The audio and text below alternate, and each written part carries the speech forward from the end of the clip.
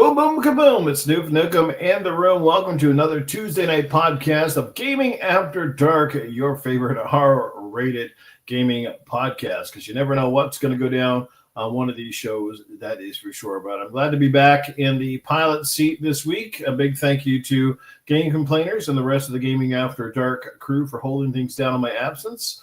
As, of course, I was checking out the Stanley Cup playoffs. And for those of you unaware by now, yes, my Edmonton Oilers did not pull off the victory. I really thought they would do it this year, but the Panthers are damn fucking good. I'll give them that. And the Oilers just did not bring it in the last two games. So it is what it is. Hey, we're still Western Conference champions, and we're still the second best team in the NHL. So I suppose there's solace in that at least. But anyway, enough about the sports. We got some gaming topics to get into, and there are going to be some good ones tonight.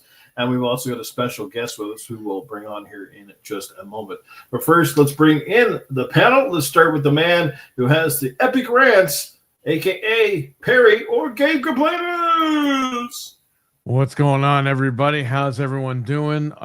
Special shout-out to Piggles and Dreadpool for jumping in last week. That was awesome, so appreciate that. Thanks, Dred. Thanks, Pickles. Thanks for being there. Again, it's always the more the merrier. I wish I could have more people on this podcast, but unless I want to pay fucking StreamYard a small fortune because they charge way too much for the paid version of this app. So, yeah, right. I can only limit myself to 6. All right, let's bring in the Red Menace himself. Proto Foxy is ready to roll.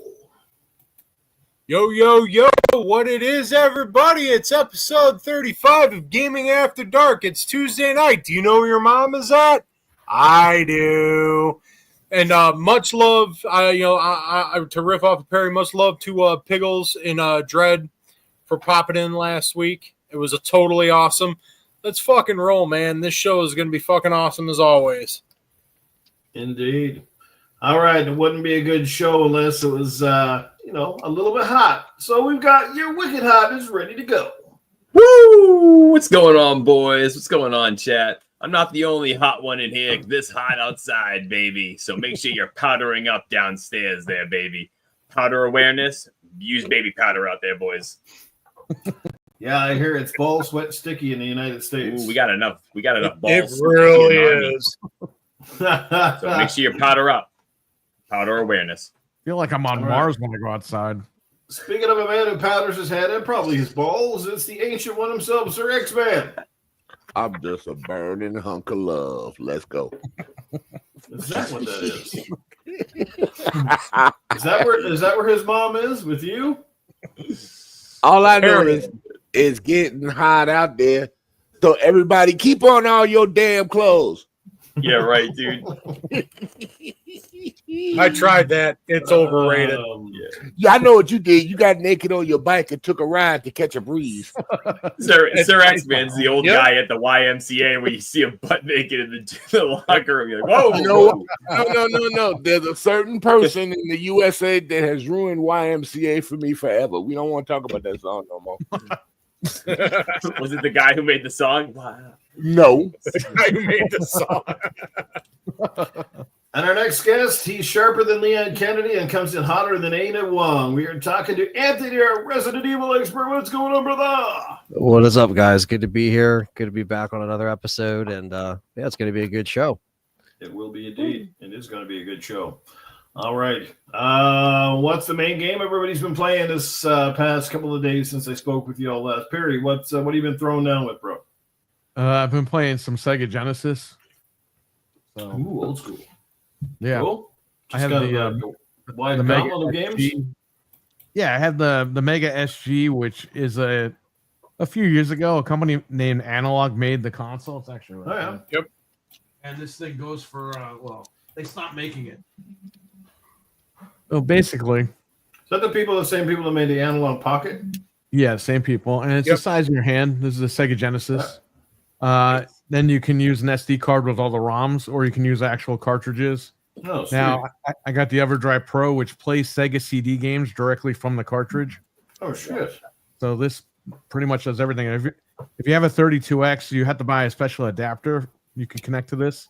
But then you can play 32X ROMs on here on this EverDrive Pro. Very nice. But yeah, I still have Buddy all of my mine regular. actually has that. It's pretty awesome. Oh, I bought one. I bought 2 of each, so I got 2 sealed. I got the I have 1 sealed of this and 1 sealed of the Super Nintendo one, and I got 2 of them unsealed that I use. So Nice. I still got my Genesis cartridges in the basement, but they're in the basement. I'm not gonna. This thing is good because everything is on here, and I don't have to worry about it. And we all know about the dangers that lurk in the basement. We do. And I There's no candy in here. Door slams. Wait, no. She's like, yeah, there's candy in here. It's all between my legs, and it's all soft and mushy. Have a lick. Why is there a bench with a strap with a big red ball on it? All right, Pulp what's up, Fiction, bro? people. Damn, Pulp Fiction. What have you been playing, Hot? Man, I was playing a little bit more Assassin's Creed Shadows, and other than I got a little bit too far in that, and I realized I had fucked up at that moment because I got into a battle where I was getting one-shotted. So I gradually went over to stop playing some Switch 2, Kirby Forgotten Land, and Pokemon Violet. That's it. Very nice. Light week. Good stuff. All right. Let's get over to Proto Foxy. What have you been playing, brother? Oh, I had finished up Doom the Dark Ages, my first playthrough. I'm going to do another run through again. And for anyone out there who is on the fence, play that game. Buy it. Get it. Play it again. And then play it again after that. It's that damn good. Play it naked. But, and play it naked because it's fucking hot outside. Why don't you play it And it's hot backwards, only. Proto? You were so into it. Play it backwards. Exactly. Socks only. I'm going to do that next. But to have a little bit of a palate cleanser before I go back into my second run through, I'm going through and actually playing Sonic Origins. So I'm playing through all the Sega Genesis Sonic games, beat Sonic 1, CD, and 2, and I'm working on 3 and Knuckles now. Nice. That's the best thing I I've like heard it. all day. I like how this panel has got a little retro going on here. That's great. To our retro expert himself, Sir X-Man, what have you been playing? Bowling. Every week, Dude, I got it 4 months ago, and I can't put it down. And after 4 months, I finally got my first 300 game on Saturday. I can't wait Finally. for Battlefield 6 to come out so he gets out of that bowling game. Oh, no. Yeah, dude, he sleeps the bowling alley. The game that's going to take me off of that comes out the first. Mecha Brink. I've been waiting for Mecha Brink. It comes out on Tuesday. Sounds good. I've been hearing a lot of good things about that one. Oh, yeah. They're getting it. A lot of people are getting it 4 out of 5s. And some are getting it 9s out of 10s or 8 out of 10s. It's pretty good. And to our esteemed colleague and guest, Mr. Anthony, what game have you been throwing down, if any? So recently, because I was away when the Switch 2 came out, I've been kind of trying to catch up with that a little bit. And so for me, it's been a lot of Mario Kart World. So that's been very fun, kind of a comfort game with the last couple of weeks. A lot of stuff's been going on, but that's been very fun to kind of escape a little bit, play. And I think I'm really loving the Switch 2. I think that it's just seeing those improvements were such a great thing to finally be able to play something that doesn't slow down with frames or anything like that. There's a lot going on in Mario Kart, so it was pretty cool to play that.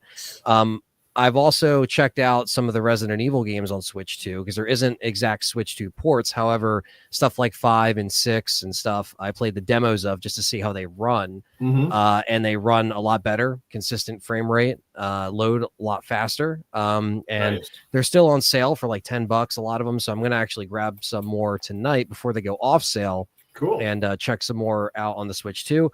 And then I also played the Gears Reloaded beta because I caught the end of it. I didn't really get the first week I was away, and then the second week, and then that was pretty good. I played that on PC, and that was really dope to play it with keyboard and mouse. The only problem is they took out active reloads in competitive, which I don't know who made that choice. What the heck? They should probably change that before it comes out. Otherwise, I'm just going to go back to Gears 5 because that's definitely a big disappointment.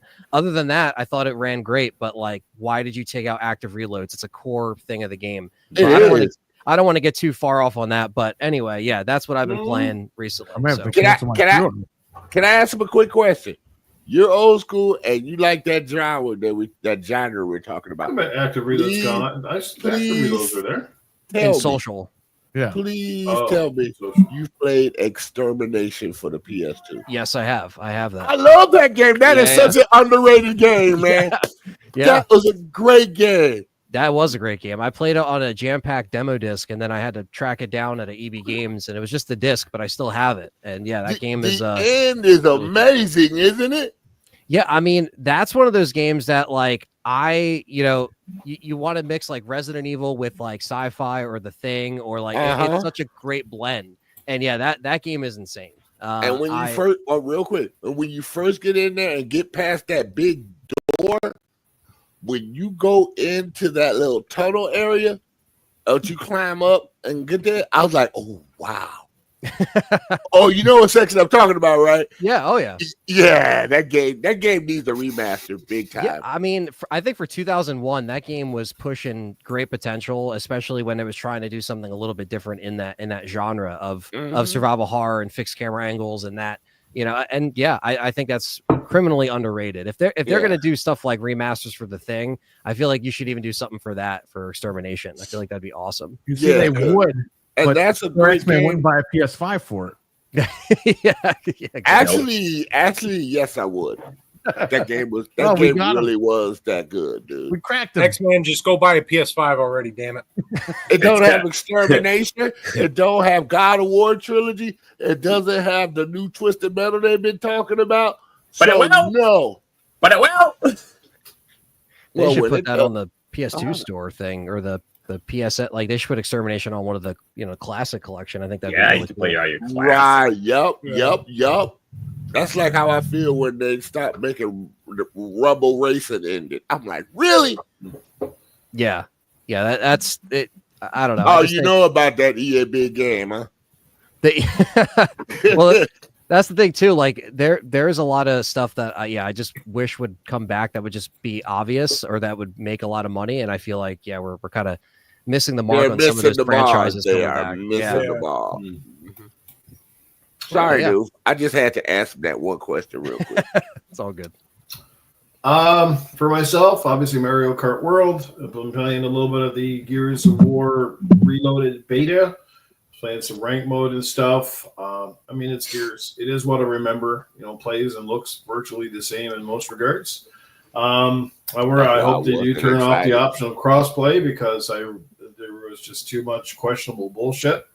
Especially when I was playing on the weekend, and I was fucking pissed. I was like, yeah, I don't know. Like, dudes are picking me off. Like, anybody knows how accurate Lancers are in that game, and they're not fucking accurate, right?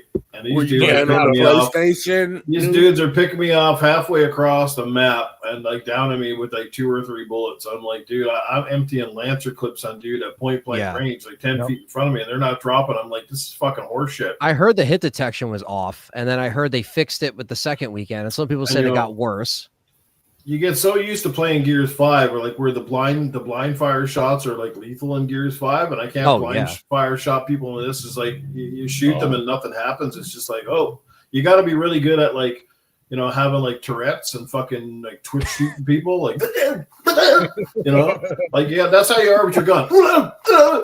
Bruno, he's talking to you. Dude, that's so funny you say that. That's so funny you say that, Newf. I felt the same way because I'm so used to blind firing and just lining you up with the way the gun's facing. But like you were saying, there was no hit detection where I'd be like, okay, I shot you. So I would have to like quick scope with a shotgun every time. Like, bow.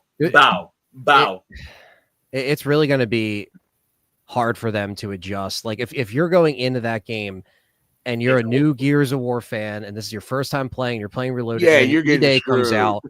From between this and E-Day, it's going to feel like completely different games. I mean, because you're playing with that. And again, I love old school Gears. I love it. But again, why did you turn off active reloads in competitive? Like I was playing Execution, and I was like, why are my actives not like I would reload, and then like you get the active, but your bullets don't flash. I went into social and the fucking actives work. And I'm like, why did you take that out? So they got to fix that, because that's a huge, like, that's a part of Gears of War is the active reloading. And Yeah, when you your take guns that are out- gonna jam if you try to. Yeah, you know, and reload honestly, it. I You're don't dead. like TDM in Gears. I never did. I always liked execution. Like TDM is cool, but like that wasn't in Gears 1. So it was only Warzone and execution, and they're not going to put Warzone back in. So I'm fine with execution, but like, yeah, it was the active reloads really bummed me out there. And the hit detection, like you guys said.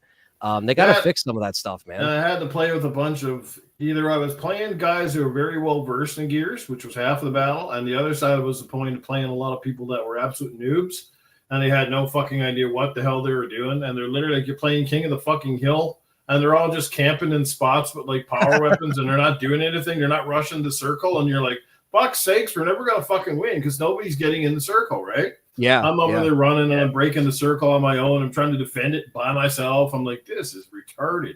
Yeah, it really is just like, you know, you're going to have to unfortunately deal with that when we're kind of well versed. Then you deal with people that are jumping in and they, you know, they're either just jumping in after a while or they're completely new PlayStation players. So I was playing on PC and I could tell I was playing like just a vast majority of, you know, well-experienced players, same thing, and then like newbies basically. And I was just like, oh, this is just a bummer. Oh my God, that means playing a horde with a newbie would suck. You would never get to the level 50. Oh, yeah, we no. ain't got Horde until the second You, one. you got to play with people you know to get the level 50 for Horde. 100%. Sure. Yeah, and last night, thanks to Perry and thanks to everybody who did drop by and check out the stream. But yeah, I did a little The Last of Us 2. It's the first time playing the remastered edition on the PS5. So I was having a blast playing that last night. Had a good little stream going. It was awesome and fantastic game, man. You just forget how good some of those damn games are and how damn good looking those games are, man. Like, geez. So, yeah. But anyway, let's get right into some of the topics for tonight. But before we do, let's shout out to the chat because they've been hanging out with us for a while, and we wouldn't be here without them. So we got to give a big shout out to our good buddy and friend, Dreadpool is in the house. What's going on, Brother Dread?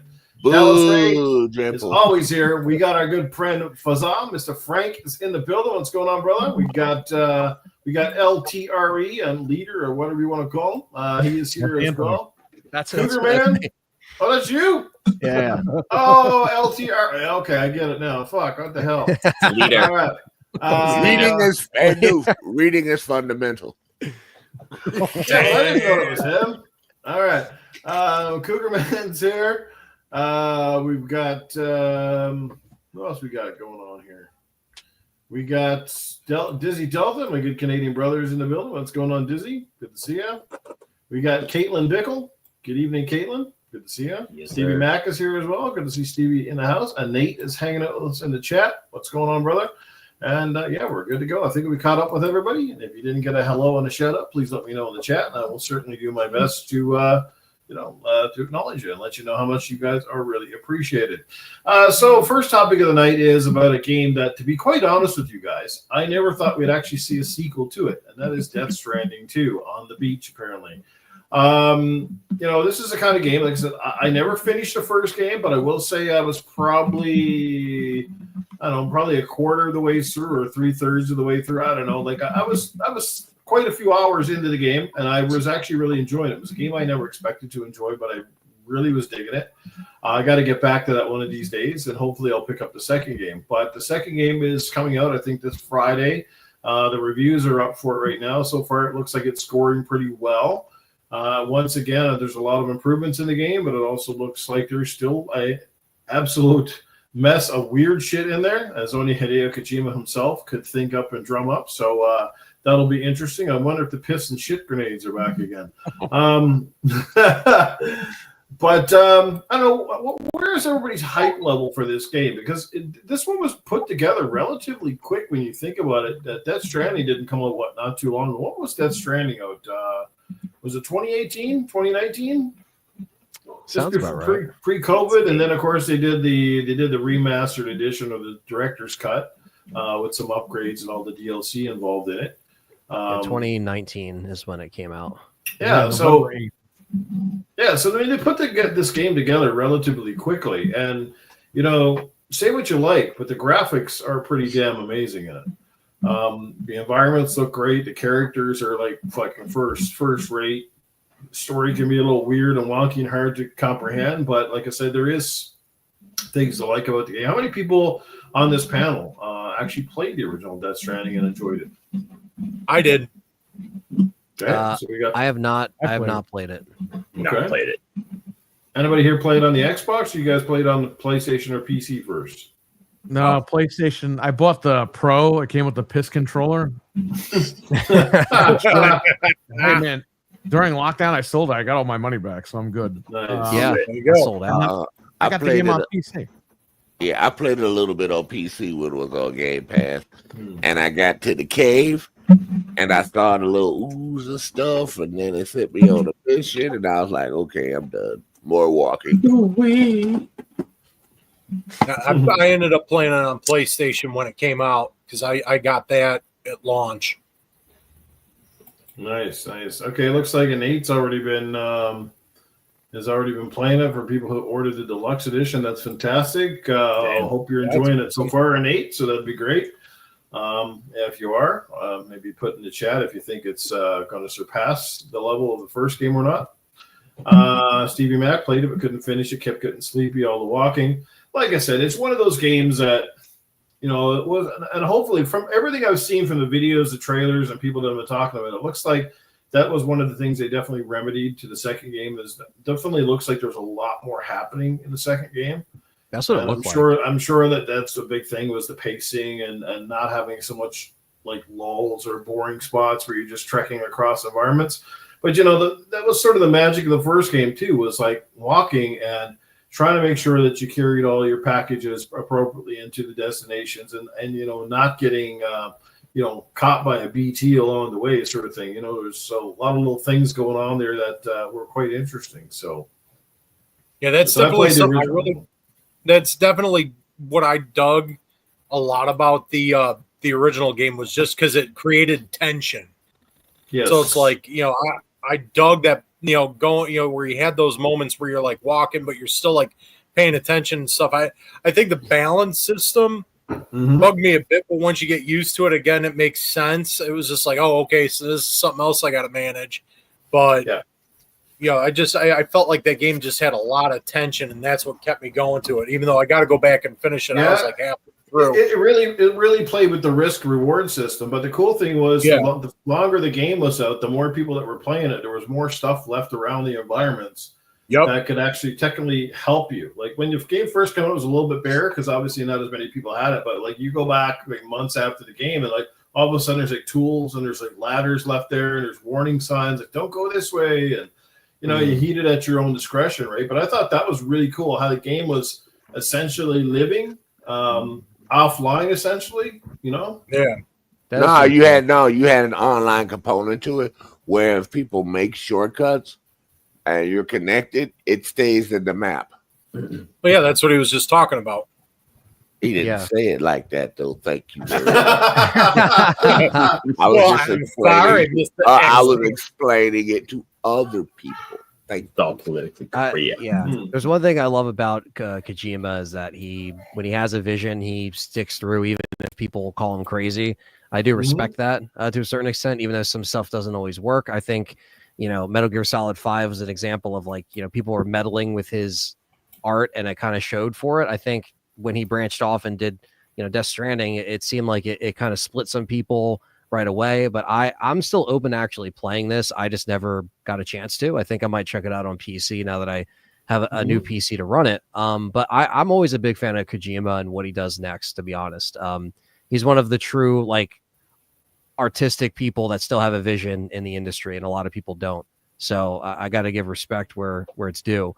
And this does look a lot more. It seems like they saw the feedback for the first one, and it seems like there's a lot more going on in this. So, I'm looking forward to playing the first one, and you know, hearing that this is good. It'll have me check it out when I'm done the first game. So, you know, it's interesting that you bring that up, Anthony, with Kojima, right? Because Kojima, yes, he's a visionary, and he's obviously known for, you know, some great titles and being a little eccentric and off the wall. But it's kind of crazy, right? Because not every developer, and certainly not every director or what do you ever call them, the lead game producer, has the same kind of freedom that he was able to do. Because like some of these games, like I bet you there's lots of developers out there that have similar ideas, or they go for broke, but they just don't have the name pedigree. They can't convince people to lay down the money, the finance, and hire the staff to build something like that. Do you know what I mean?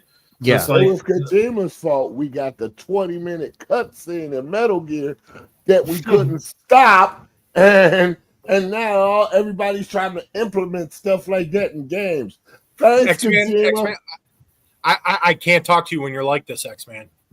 I can't. Hey, the way your mic be messing up, you're lucky I can talk to you at all. Oh, shots fired. Oh my god. You play with fire.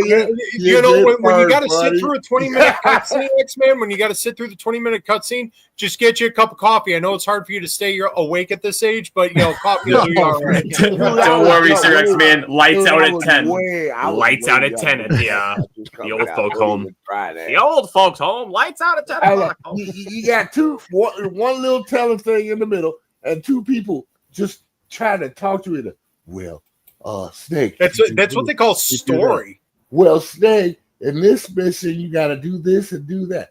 But Snake, but what do I got to do that? But Snake, and then the girl pops in. Yes, Snake, he relayed you to me because you didn't know how to hang up the damn phone. but you know, like Kojima is one of the very few guys that's trying to bridge the gap between cinema and gaming. Obviously, he's a very big fan of cinema and movies and all especially that American stuff. movies. He loves American movies and music. Yeah, he wants to make his own movie. That's what he wants to do. He said he wants to make a movie. Yeah, well, you can't really hate on the guy for doing things a little bit differently and using his name brand recognition for clout. You know, I'm pretty sure there's one guy from Nintendo too that could probably do whatever the fuck he wanted and would get an open checkbook, and that's Shigeru Miyamoto. You know, how many more games Shigeru is going to make? What, he's 70-odd years old now or something? Yeah. Kojima, you will never be a John Woo, so leave it alone. John Woo. Well, Man, I think Stranglehold was great. I don't care what anybody says.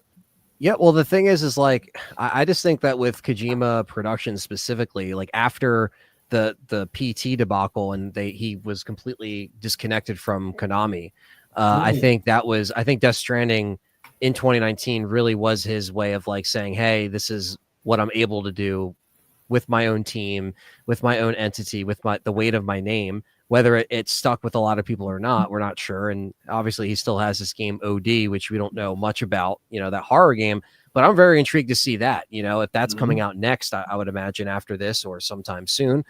We have seen nothing really on it yet, but you know, that's the one that's in partnership with Xbox, correct? Yes. Yeah. Yes, it is. So we'll see how that is. But you know, I don't know. I just think there's going to be a lot of different, you know, still a lot of potential that he can, you know, have with a lot of different ideas and games. So we'll see what happens. But yeah, there's not a lot of people that have that weight. You're right, because there's a lot of people that, you know, they're able to get manipulated by higher ups in these studios and say, oh no, let's change this or change that, or, you know, their vision kind of gets corrupted a little bit because of the suits, you know. So yeah, I think it's very hard to find genuine content out there, and he's doing it as genuine as possible. So I think that's a good way to do it, you know. And Activision's over there with a bunch of bimbos who are like, hey, let's put Beavis and Butthead in the game. Oh, God. You got to put Beavis and Butthead, you got to put Cheech and Chong, Jay and Silent Bob, Ghostface, Snoop Dogg, Nicki Minaj. Let's just keep listing the names here. Let's just put the fucking Sesame Street characters in there while we're at it. Bert and Ernie. That would be DLC I paid for, though. If I could be Big Bird and shoot the shit out of Oscar the Grouch, I'd be okay with that. Oh, Big Bird wouldn't be able to get behind cover. Can you imagine how the special figures, and that's one of his, like instead of the riot shield, Oscar just jumps inside the trash can? Oh, that would be amazing. I can see this. Somebody gets an Elmo character, and everybody wants to kill Elmo. So and he Snuffleupagus would have like the fucking. He'd have like the cloaking shield because now you see him, now you don't. You know, either that or he would just be the Juggernaut. You know. In Call of Duty, and that would be hilarious. I can see Wicked playing Call of Duty as a Teletubby. Yeah, Yeah, you'd be the little Ernie's baby got the son. rubber ducky plastic explosives. Face. You got to get Craig Stadler in Call of Duty. Oh my God, Craig Sneller. And get the other fellow while you're at it. The fucking big fat blonde haired bald golfer. What the fuck's his name? I don't know. The drunk guy. What the fuck's his name? Baby Huey. Cletus? Well, you said Greg Stadler. He's the golfer, right? Greg Stadler, right? Right, yeah, he's the golfer. Yeah, I only the know other- him because of the Sega Saturn game. I don't know him from anything else. No. Yeah. Oh, I'm trying to forget I forget the other guy's name, but he's like the fat blonde haired dude. He's always drinking and he belts the ball. Oh, God, what the hell's his name? Baby Huey. I don't know. So where's everybody at? Like, just panel. Like, where's everybody at in terms of hype level? What do you think of the reviews so far? Does anything in this game stick out to you? Like, is it something you're going to buy? Is it something you're going to buy down the road? Anybody, take the wheel. I'll take it. It goes to the bargain bin. Bargain. Yeah, bin. I'm no fan. Dan, why Not you a got to fan do of it. Kojima like that? Dude, Yes, John Daly, that's it. My name, Jeff. Nice. Oh, John Daly's a Not dog. He smokes Jeff. cigarettes and fucking, oh man, fucking cranking it. Sorry, go ahead, Hot. You were trying to say something? Yeah, sorry, my old friend over here just he's a chatty Cathy tonight. He's really hyped about Death Stranding. I can tell he was a PlayStation guy. So naturally, he's just no, I'm just messing. But yeah, did not play the first game.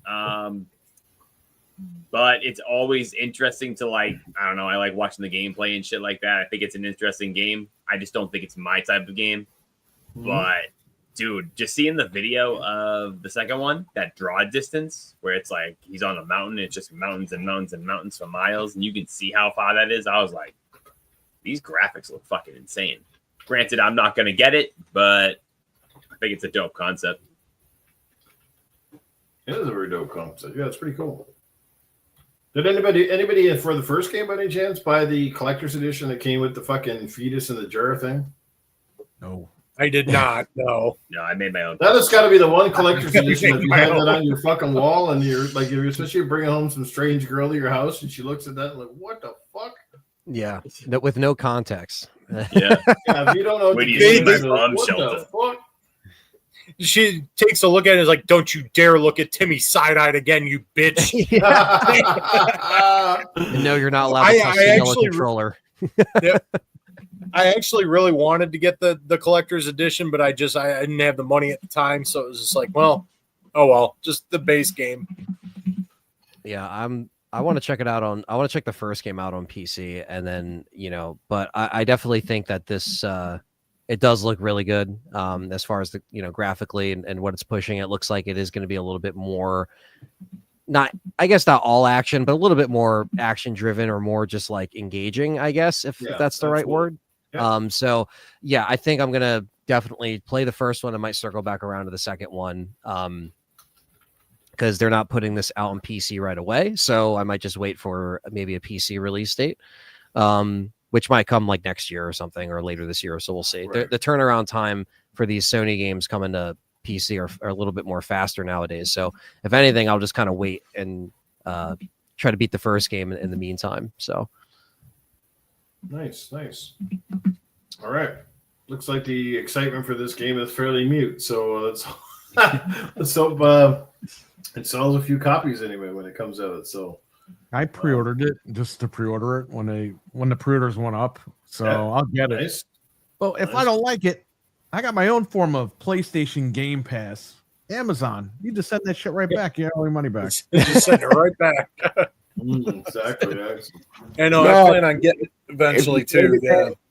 Play the game for 2 hours and it's under 2 weeks, you can get a refund on Xbox. Well, it's not on Xbox. So what am I going to do? Jesus, I wish the same thing applied for girlfriends. 5 years for it to come to Game Pass. Stream like a little 16-year-old girl over here. Oh, they can have it. I don't care. I've been plugging that hole for 2 weeks and I'm just not impressed. God dang, can I return this thing? Too bad It just keeps nobody- going and going and going. Amazon. Too bad nobody plugged that net last Tuesday. Oh, Dude, I'm gonna keep burning it in, man. I'm sorry, dude. I can't help it.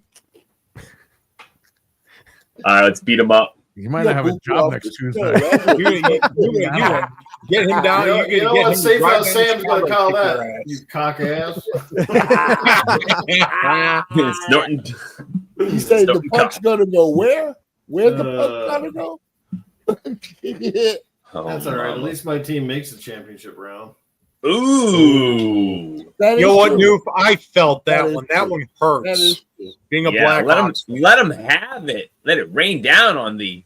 Hey, Right. hey, I can dish it out and I can take it too. Shut up, Wicked. Don't you go there. Heard that. But your VCR is an Xbox. All right, let's move on real quickly. I still got a tidbit, not a big VCR. topic at all, but Perry probably has it with him right now. This was kind of came out of left field. Didn't really see this one coming, but hey, technically, Xbox has a VR, kinda. Yeah, you The know, Meta Quest 3S Xbox Edition. I'm going to say one thing about this, okay? They leaked this thing a few days ago. They leaked photos, okay? And we all know who leaked it because that guy made a video and exposed himself. Anyway, Ooh. What kind of exposed? I'm I'm looking. right. I want the link so I can watch it. well, the guy took a picture and leaked it on Reddit, and then he Yeah. uploaded his video today to be like, "Oh, look!" And I'm like, "That's you. You're Yeah. the leaker." Big old horse cock. And then Anyway, Sarah anyway. Bond just put it More out. like a beancock. Anyway. Anyway, this is what I hate about this stuff. They leaked this stuff and they're like, "Oh yeah, we don't know when it's coming out," and then it comes out a few days later. Okay, I had money saved, but then I got another cat, and I was like, "Okay, this thing's probably not going to come out till September or whatever." No, it comes out today, and I had to take money from one account, put it with the other money, and then buy the stupid thing. And they only sent 2 to each Best Buy, just so you guys know. So when this thing sells out, it didn't sell out millions of freaking headsets. They sent 2 to each store, and that's confirmed, by the way. So here you go. That's crazy. There it is. It's a nice, tidy black box. Ooh, I like that controller, though. Can you just wear it the whole Controller's show? actually really cool looking, but I Does haven't the opened controller? it. Does the controller come with it? Yes, there's a Oh, black shit. controller in fact, like green accents in between the sticks. That's cool. Yeah. Yeah, it's That's nice. Nuts. But does it work with Xbox crazy, or is bro. it self-contained? No, what it does is basically plays your Xbox that when you're playing it through VR, it's not in VR per se. You're basically playing your Xbox games on like what looks like a giant movie screen. Yeah, it's like the Fire Stick, but with a headset, basically. You stream your games or whatever. Hey, I didn't have one of these things. I had an Oculus Go years ago. I used it like 3 times, then I went to factory reset it, and it bricked it. And it still work with off. PC, I was right? like, Terry? what? It Not buying still shit. work with it'll And still then we work come to with today. PC, So right? there you go. Perry, will it still work with the PC? I don't know. MetaQuest usually can plug into the PC. That's You had the 2, right? yeah, I have the 2, and I so Fred has the 2. yeah, so I played Resident Evil 4 OG on it, and it was awesome. So that's another one you might enjoy on that, Perry. It is kind of nuts. Well, I on want there. to say something really quick to Axel in the chat. He made fun of us for doing a sleeping stream a couple of weeks ago. Yeah. Guess what? That sleeping stream paid for this. Yeah, it's right. All of it. Suck it. Apparently, I'm doing this podcast and shit wrong. I just need to turn on the camera and go to bed and get some super chats. Hey, Anthony was in that stream too. So there you go. Yeah, I was You part of take one that, of the Eds. one of the night 2 of the sleeping stream. I was there for, I'll and pay to then hear you snore. the next day we because they did the one night. I think it was Perry, Frank, and Fred, and then the next night I stayed over, and then the day after that we built the PC that I'm on now. So yeah, it kind of worked out. But What's RWKC? oh my god. All There's always right, saying some crazy okay, shit. Axel, what's going on, guys? Our Rob is in the chat. What's as up, well. Axel? The It guy is here as well. Man, we got some awesome people in the chat. Love this shit. They're just rolling, Too man. lit. Great. We got Iceman in the chat. What's going on, Iceman LFH? Good to see everybody. Yeah, man. So you haven't, obviously, Perry, you haven't opened that yet. No, not yet. Tomorrow. You're when I planning go to to do an work. unboxing or? Yeah, I'll do a live unboxing because it was over 100 degrees today, so I didn't leave the house. Yeah. Yeah, it was insane today. Yeah, trust me, bro. You don't want to wear that on your fucking head in 100 degrees. You'll have like fucking perspiration going everywhere. You won't be able to see it through the lenses anyway. Yeah, it's You'll die. honestly, like wearing those headsets, if you're in like a like anything, any kind of heat, it definitely gets a little annoying for sure. So yeah, definitely crank the AC if you're putting on a headset because that shit does get hot, honestly. Yeah. So It's awesome. And I will recommend to you, there's lots of great headset battery straps you can pick up off of Amazon. We recommend one wholeheartedly because you'll get like 2 or 3 times the battery life because the headset itself doesn't last that long, especially if you're playing graphically intensive software. Right. But if you get one of those straps, like I've got one, the battery's built right into the back, and it's great because it'll wear down the battery from that first, and then when that battery dies, then it goes to the headset battery. So essentially, I'm good for about, like on average, of about 6 hours of battery life. oh shit, that's really cool. Because when I streamed it, I had to like unfortunately like run like a long ass cable like from the headset. You can do it that way too. And but it was annoying, but like because it's like hanging down and shit. So that's actually a really good idea, just to have like. And because they're much better strap, like they hold it in place better on your head as well. Like they absorb some of that front end weight, so it'll go to the top of your head, and it feels. I'll probably have it right here. I'll show it to you here since I got it with me. There, I'm gonna just turn off the background shit here because you can't see shit when it's on. I'll tell you a funny story. What was that? One of those showcases had the Deadpool game, and Fred is like, "Oh yeah, I have the Oculus too." I was like, "I guarantee that works only on the 3." At the very end, it says requires Oculus 3, and Fred was like, "Fuck." So as you can see, it's obviously this whole thing just connects. You just pull off the other strap. Here's the battery cable running in through it, so it charges through here. Nice. This is where you connect your charger, and this is your little ratchet. You can hear it kind of ratcheting. That's how it tightens on your head. And then it's got a holster. I don't know if you can see it in the back. So it cradles the back of the head. And then you just kind of push it forward, and this sits over the top, so it balances the weight really good. Oh, nice! It's fantastic, and it cost me like $50. That was awesome, and it works fantastic. If you buy the fucking MetaQuest shit, like it costs you like 3 times the price. Yeah, Snoop, we got a message. We got a message. Huh? Read the chat room. Holy shit! Jesus, splooge all over the Xbox tattoo was white ass. What? That was going on the deep end. What happened? Whoa, that went left. What's going on there, Axel? Did you get off the meds or what? Fucking Is he mad he didn't get a headset? Huh? Oh man. Oh man, it's all good, man. Funny. It's just fun and games. All fun and games. All right. Cool beans, man. Cool beans. Cool beans. Yeah. All right. But that's pretty cool. That's, like I said, that came out. Again, it's not an Xbox per se. It's an Xbox branded. Obviously, it's black and it's green. It looks fucking cool. What are you talking about? I'll fight you on that. It's an Xbox. Okay, if you say so. Go ahead. Yeah. Yeah. Enjoy your movie theater screen Xbox games. There you go. Yeah, like if anybody picks this up thinking they're playing Xbox games in virtual reality, they're going to be sorely mistaken. Yeah, they're going to be really. We're releasing a disc drive for that thing. Yeah. You put it on top of your head. It's going to go in the back. Yeah. You're going to hear It's going to play them all natively. Yeah. No, I love a disc drive, but you got to wear Jinko jeans to hold it. Oh God! You know, big old pocket for that sucker. You're going to look like a late '90s new metal kid. Like I'll have my rollerblades on, my inline.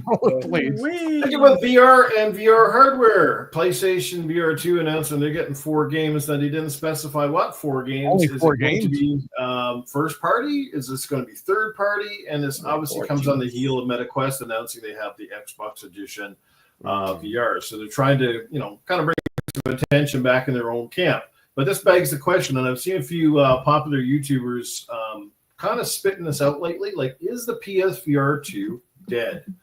Like, I own one. I might be the only guy on the whole panel I think that owns one, possibly. Correct? No, Yeah. Perry, you got one? Okay, Yeah. Perry's got one. So we're the only No, I two. don't. Yeah, I don't. Yeah, I own don't one. have one.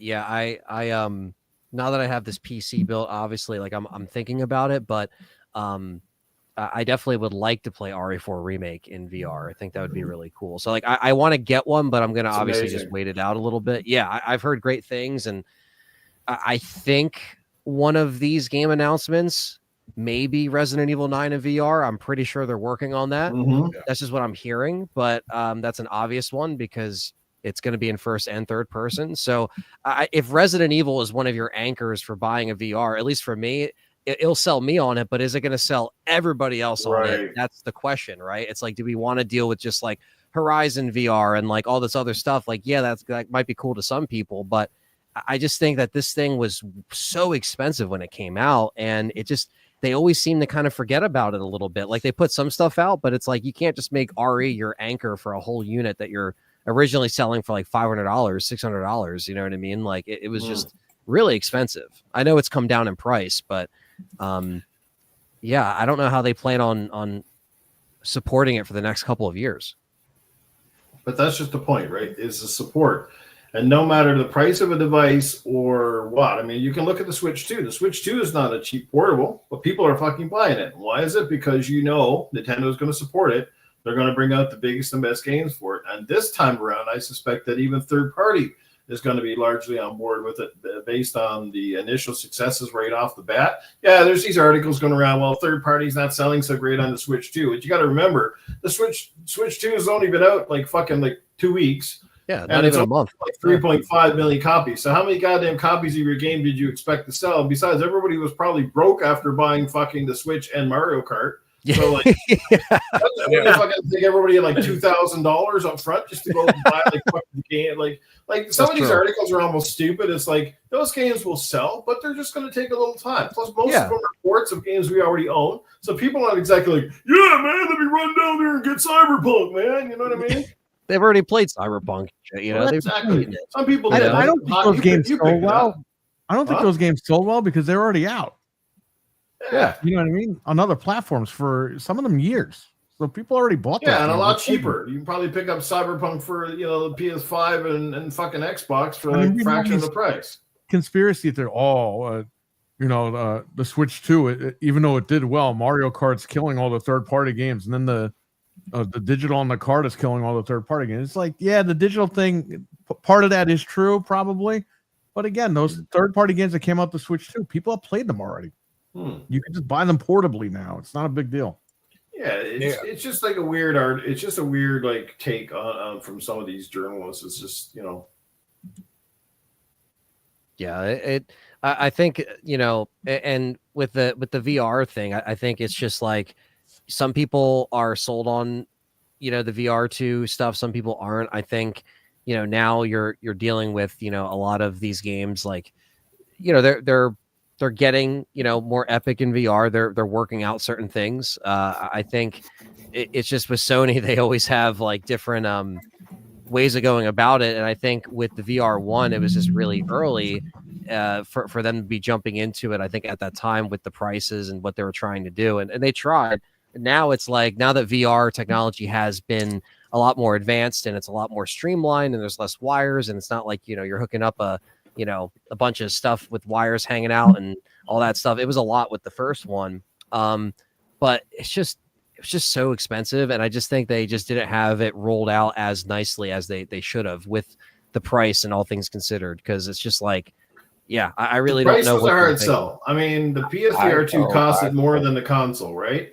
Yeah. So first of all, and it was bad timing because you got to remember that PS5s came out during COVID. Most people couldn't get their fucking hands on one for how long? Yeah. So by the time people were actually able to buy one, it's like, are you going to go and pay for a PSVR2 that one didn't have a lot of like first party software, like the system sellers, right? Most of the shit that's on PSVR2, the same stuff that we played on the MetaQuest 2 or the MetaQuest 3, most of it either looks the same or has mild upgrades. So they were software deficient, and the biggest thing is you got to have the big titles. I mean, Horizon Call of the Mountain was a great start, but you need a little bit more than that. And then Gran Turismo, it was an update. It wasn't like a game built from scratch. Like if you remember the PSVR, the team that built the Drive Club game, Like they actually built a version for the PSVR of Drive Club, and it was fucking phenomenal. I had it, and I was like, this shit is amazing. But see, that's the thing, right? They just I don't know what it is. It's like I don't know how they can be so stupid to bring out something that's overpriced, not have the software, and then think it's going to be a massive success. I mean, it's already up against the wall because it's VR. And there's a lot of people out there, no matter how hard we try or what we say about VR, they're never buying a VR. They just got to convince that it's not for them. It's a piece of shit. It's overpriced. That sort of thing. And I'm not going to sit here and bang my head against the wall trying to convince everybody. But I have VR, and I've had it for years, and I think it's fucking amazing. Is it going to replace my traditional experience? No, and it's not meant to. But it is fucking amazing. It's a great compliment to what you have, and it gives you an experience unlike anything else you were ever going to play on a traditional console. That's what people got to figure out. When you play Gran Turismo VR, you play Resident Evil in VR, you fucking see why VR is so special. And it's not. And the coolest thing with Meta, unlike PlayStation VR, is strictly games. But the Meta is so fucking cool because there's all sorts of crazy cool shit that you can do that's not even game related. That's not going to make you sick. Like you can go hang out with your buddies. I can hang out with you guys right now. We can open up my YouTube app. We can go into big screen the app, and we can watch movies together and hang out with our little avatars and chat. It's fucking amazing. Yeah, you can watch movies. Yeah. There are people in there. There are people in there that are actually playing movies that are in the theater on this thing. But of course, they can't list the movie. They won't list the movie. Like they'll just say big hit movie, right? And you walk into the theater with people and sit down, and you can literally watch the fucking movie. It's fucking crazy. That's so cool. Hey man, go ahead. You want to finish? No, like there's like you can watch like wrestling events, you can watch like sports and stuff, and you can be right on the side. UFC. You can go, UFC. Nice. There's these concerts that are going on in there, and you can like be right up on the stage. And trust me, it's not a bad place to be when you're front row at Doja Cat and she's got her twat right up in your eyeballs, you know what I mean? And fucking VR, and you're like, God damn, you know what I'm saying? That's you can play Fortnite. You know you can play Fortnite in VR, right? You can play a lot of shit in VR. Yeah. But I want to say it's you don't want to look at Fortnite vagina. I just wanted to say this real quick. I told myself if I ever get into VR, I'm gonna get the best of the best. The best of the best. So and that would have been the HTC Vive, the HTC Vive Pro. That thing is $1,600, and technically that is the best of the best. Better start working that corner. That HTC, that is the best of the best of VRs, man. So I'd want that. Yeah, I mean, it's like what Newf was saying. It could be a hard sell for some people. I mean, I think I was a little, like scratching my head at first. I was like, all right, like, this VR thing. When I played RE7 in VR, which was a lot later, like years after it came out, and I got one from Perry, and I've played it. I got that game finally with certain things. I was like, okay, this makes a lot more sense. When you play it in VR, it was literally built for VR. And so it just made a lot more sense, and that's why Ethan is like a no-face character because he's supposed to be you. Like you put all these pieces together after the fact, at least for me, because I didn't buy VR right when that came out. But I just think that like a lot of this stuff needs to be, like you have to have something that is a little bit more convincing, I suppose, with your marketing. And like right now, at least over here in the States, it looks like at Best Buy, like right now, it's still $399.99. That's still a little too expensive, at least for me, even with me wanting to play RE4 or Village in VR. Like I think it should at least come down a little bit more, at least for me to pull the trigger on it personally. Now some people might be like, that's a lot better. But again, like I just know that like if I'm only going to play 1 or 2 games on it, I should be like, oh no, I want to play like 6 games on it or 7 games. And there needs to be that like that push or that, to make me bite on the purchase. But yeah, it's just, I've definitely appreciated VR more throughout these last couple of years, especially playing the Meta Quest 2, which is a real eye opener for me because for that, I was able to adjust it. I usually can get motion sickness. I get motion sickness in cars. I get motion sickness in VR headsets. So sometimes I was like a little worried. Got it adjusted perfectly. I was live streaming it in VR. It was hard, but I was able to do it. But yeah, I thought the Quest 2 was like perfect for those settings and for me. So that made me more intrigued to try more stuff out in VR. So I definitely want to try it, but not at the current price point, even though it's reduced now to what it was when it first launched. Yeah. If I do VR, if I really get into VR and get to the point where I can afford everything, I would get VR with a motion simulator. Motion simulator? Yeah, we're gonna lose Sir X Man. We have to go to his house and rip the thing off his head. Put a roller coaster in there, and put a simulated roller coaster with a motion seat and a motion chair. Cockpit. Come on, you can't tell me that wouldn't have been hot to think You you're ain't gonna home even and do leave that. the virtual world once you jump in. Yeah, I was gonna say. He's going to become the lawnmower man. Well, I certainly hope that one of the. I certainly hope that one of the. Yeah, that's out there though.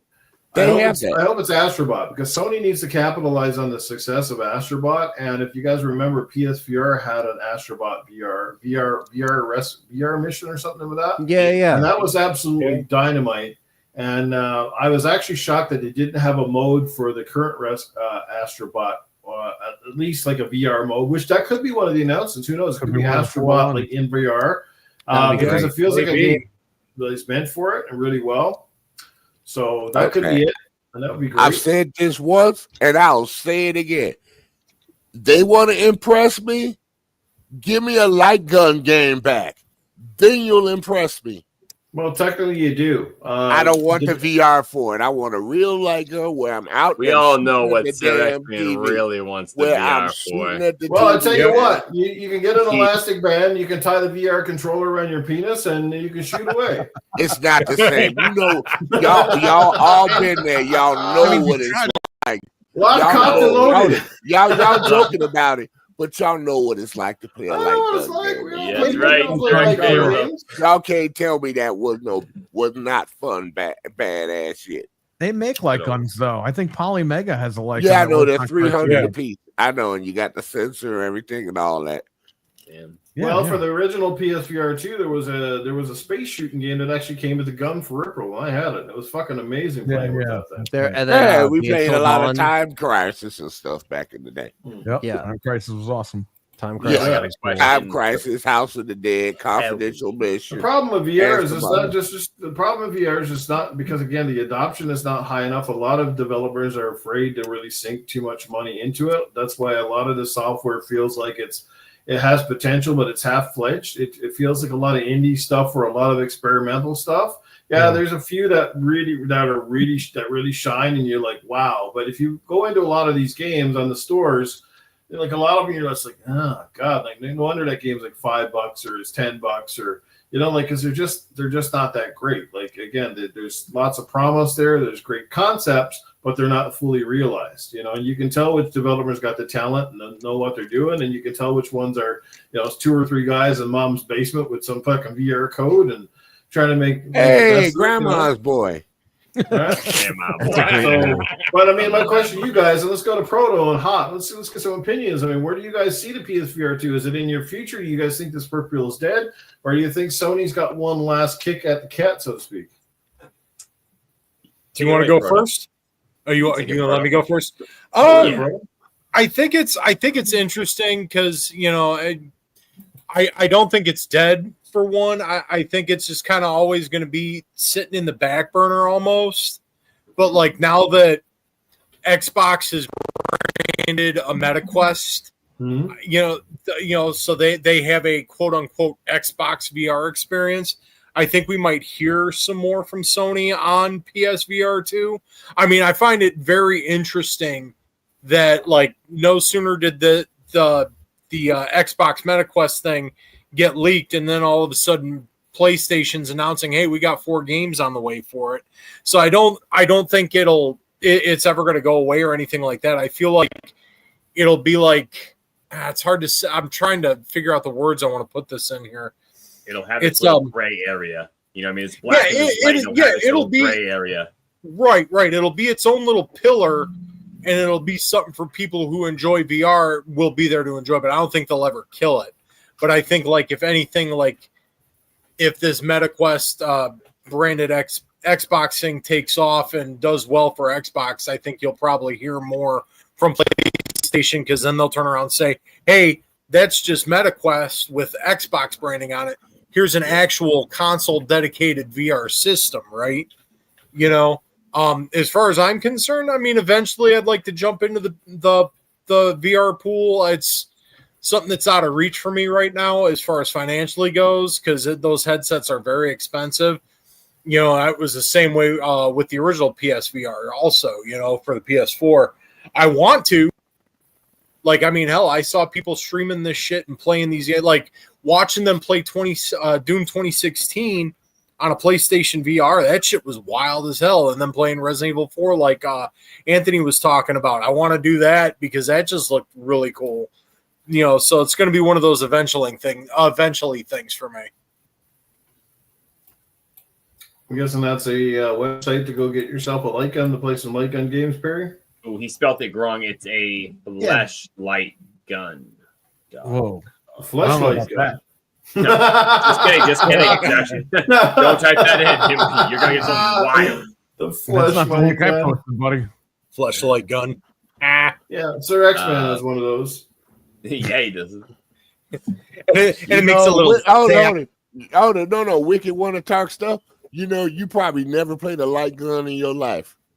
Oh, that's hilarious, man. What kind of game? Well, I don't know. There are a lot of older games games that you've never played when we say Safari Hunt, talk about Hogan's a Alley, Duck Hunt. I mean, yeah, I was gonna say I've played Duck Hunt on the NES. I'm not fucking, you know what I mean? Time You Crisis. can just get thrown a dive on the Virtual Cop. from Gen Virtual Cop was the shit, dude. Yeah, I mean, Time Crisis. That was on the PS2. You And can then buy obviously this got that in the gun. arcade.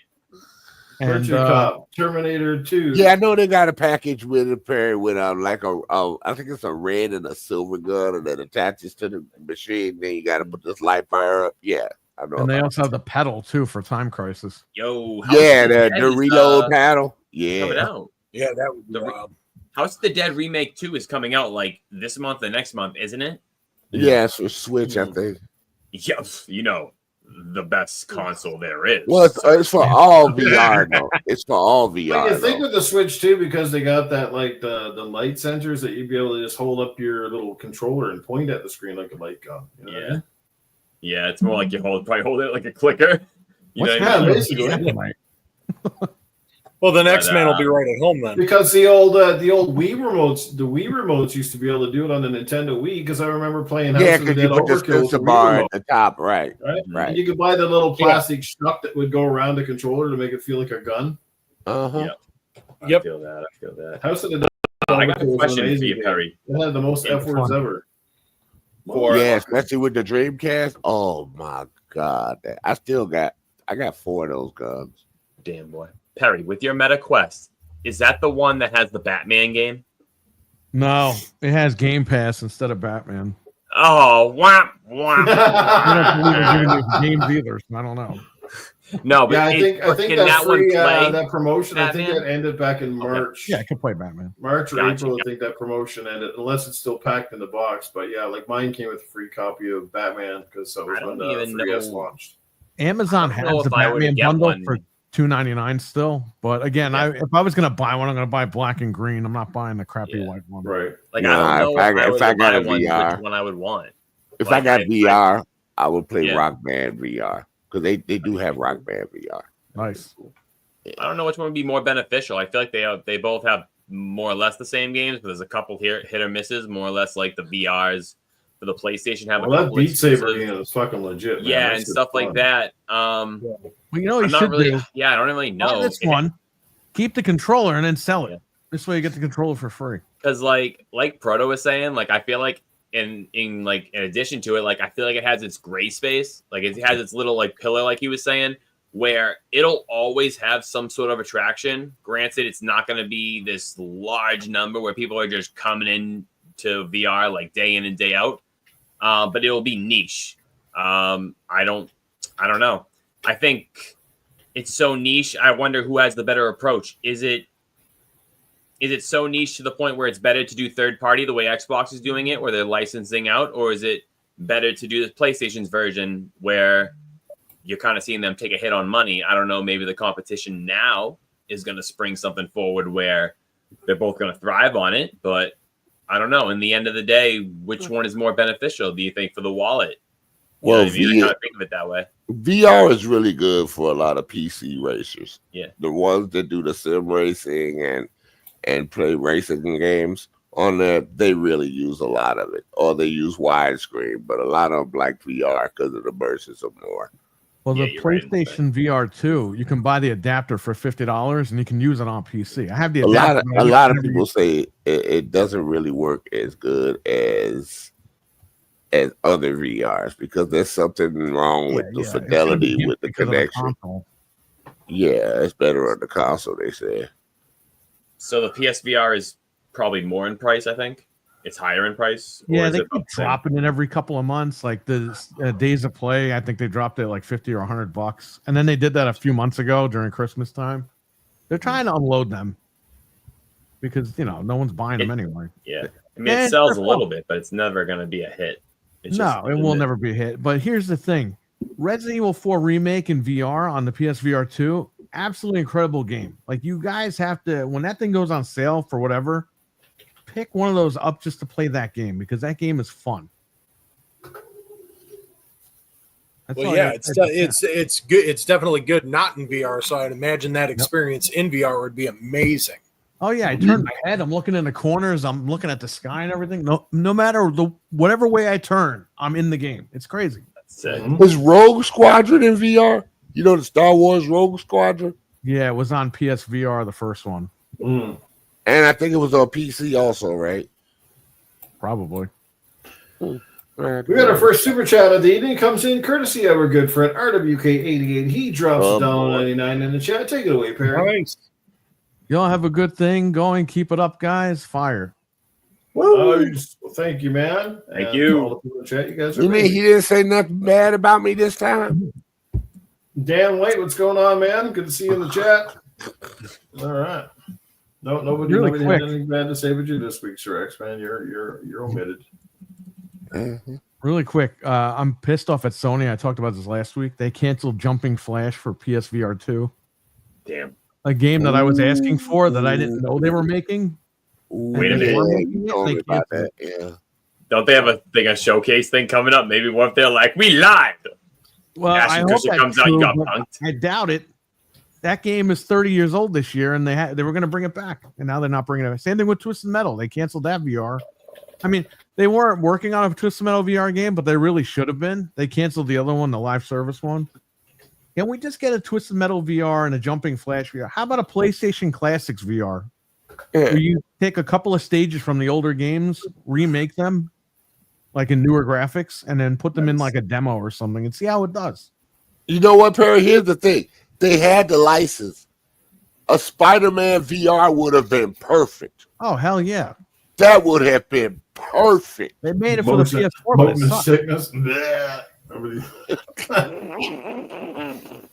Everybody's swinging through the city like 100 miles an hour, getting motion sickness.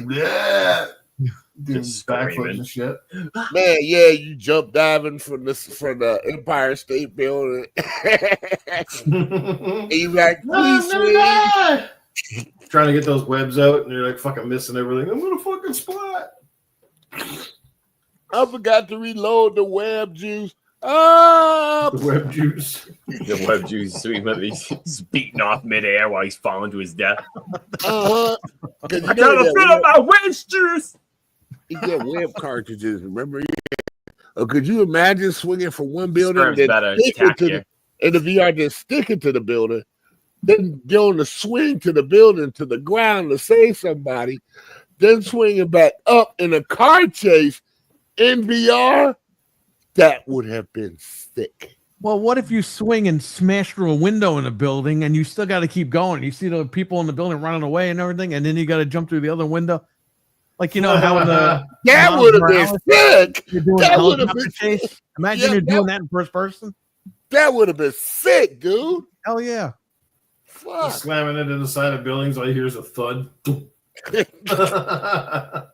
Hey, somebody wiped that bug off my window. I think it's a spider. But that would have been a sick idea, dude. You think they would have thought about something like that since they had the license and VR? You know what I'm saying? People might have bought your VR. All right. Any further thoughts on PlayStation VR 2? I mean, I don't think it's dead, but I definitely, it's disappointing. And I blame it on Sony. I don't blame it on the third-party support because they've had a lot more support for this thing,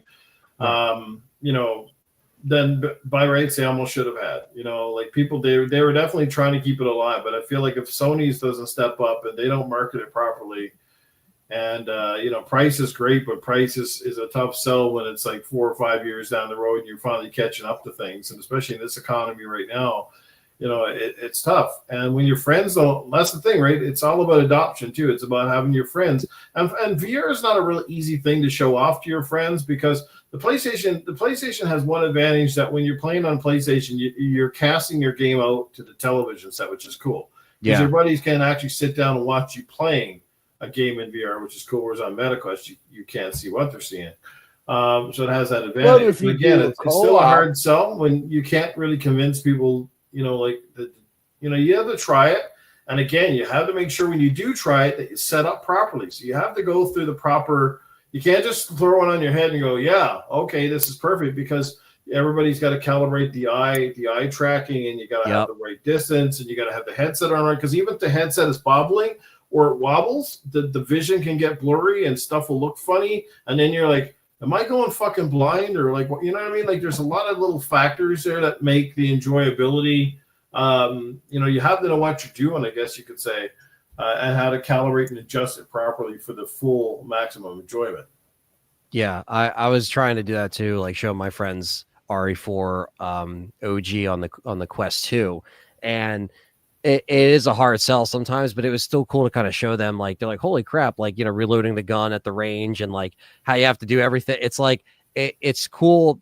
If anything, the one thing that will sell some people on VR is like their friend having it, saying, yo, you got to check this out, put this on, and you adjust it correctly. And like giving somebody a sample of it, I think, is the best way, as long as it's set up correctly. Like you said, that's honestly the best way to just kind of like sell it in that regard. Cause it's just a hard sell if you're just kind of like seeing it from these like YouTube videos or hearing people talk about it. And you're like, okay, this is cool. But if you play something that you're into, or you play like a rhythm game like Beat Saber, and you're kind of moving around and like it connects, that's what I think will really sell people on VR in time, as we kind of get through like, word of mouth and all that stuff.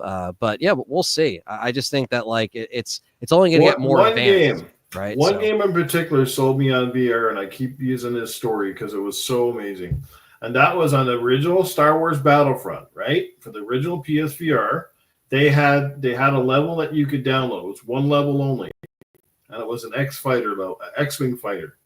And you got in the X-wing, and you flew into space. And the first time you're flying through the fucking asteroids, and they look bigger than your fucking house, and they're zooming past the side of your freaking X-wing, and you're just like, holy shit. And then all of a sudden you hear this rumble, and you look up and you fucking see the gigantic friggin' Star Destroyer. And this thing looks as big as what you would think it actually looks like in VR. Like on a movie, yeah, they're big when you're watching it on the movie, but they don't look big. You know what I mean?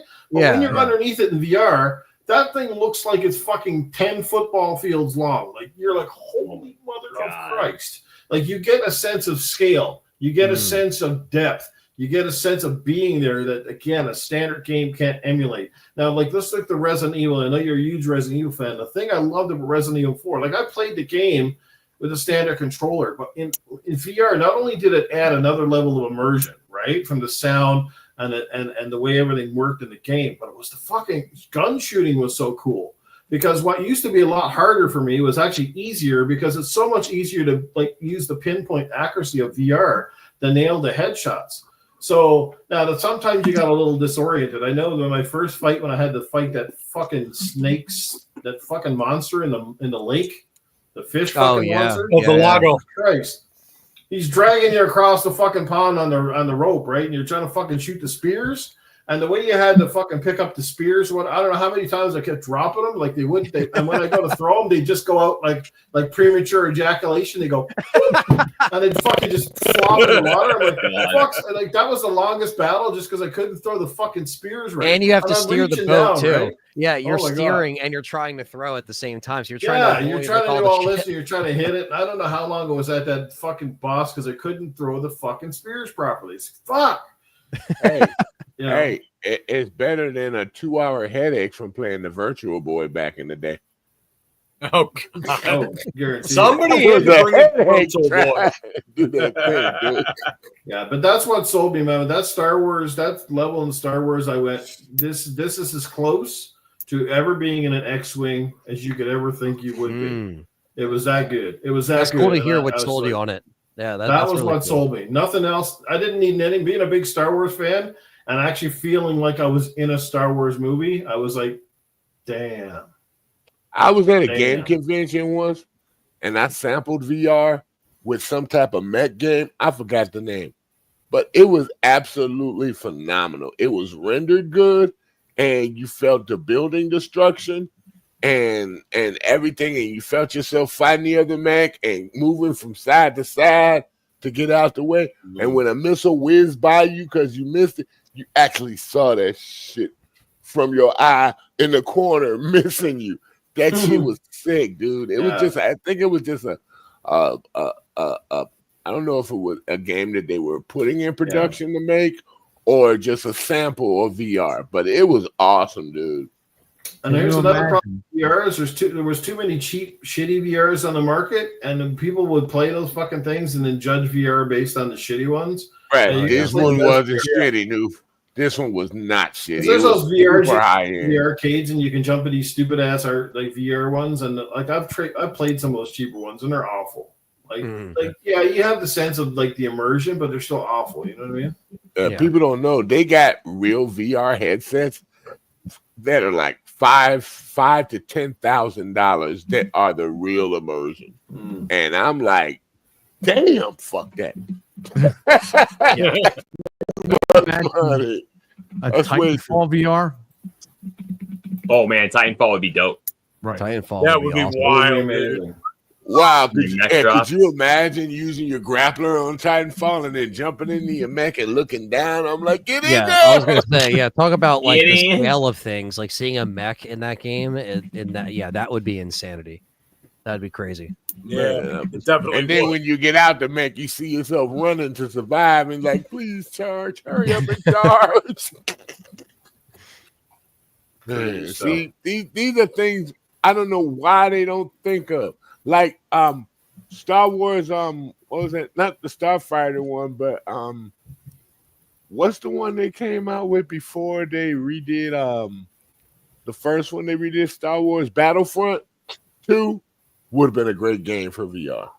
Oh, man, could you see yourself running through the forest and up there high in the trees and stuff like that, where they have the the Ewok village and stuff like that, and you looking down at the tree, please don't fall. Please don't fall.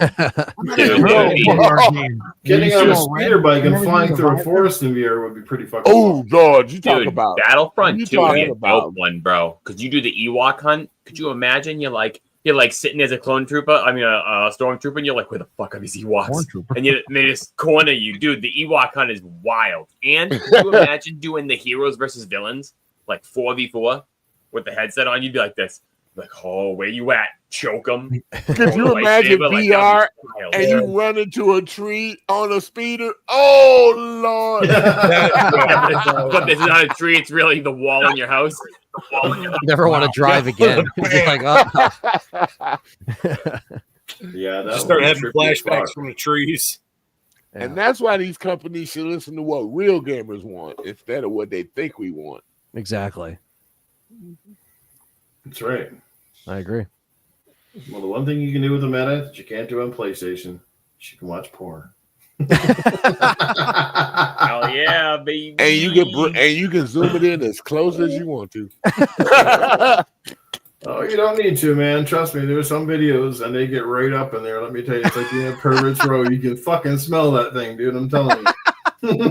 Oh, please don't give them the idea of smell-o-vision. Remember when they tried to do that for video games?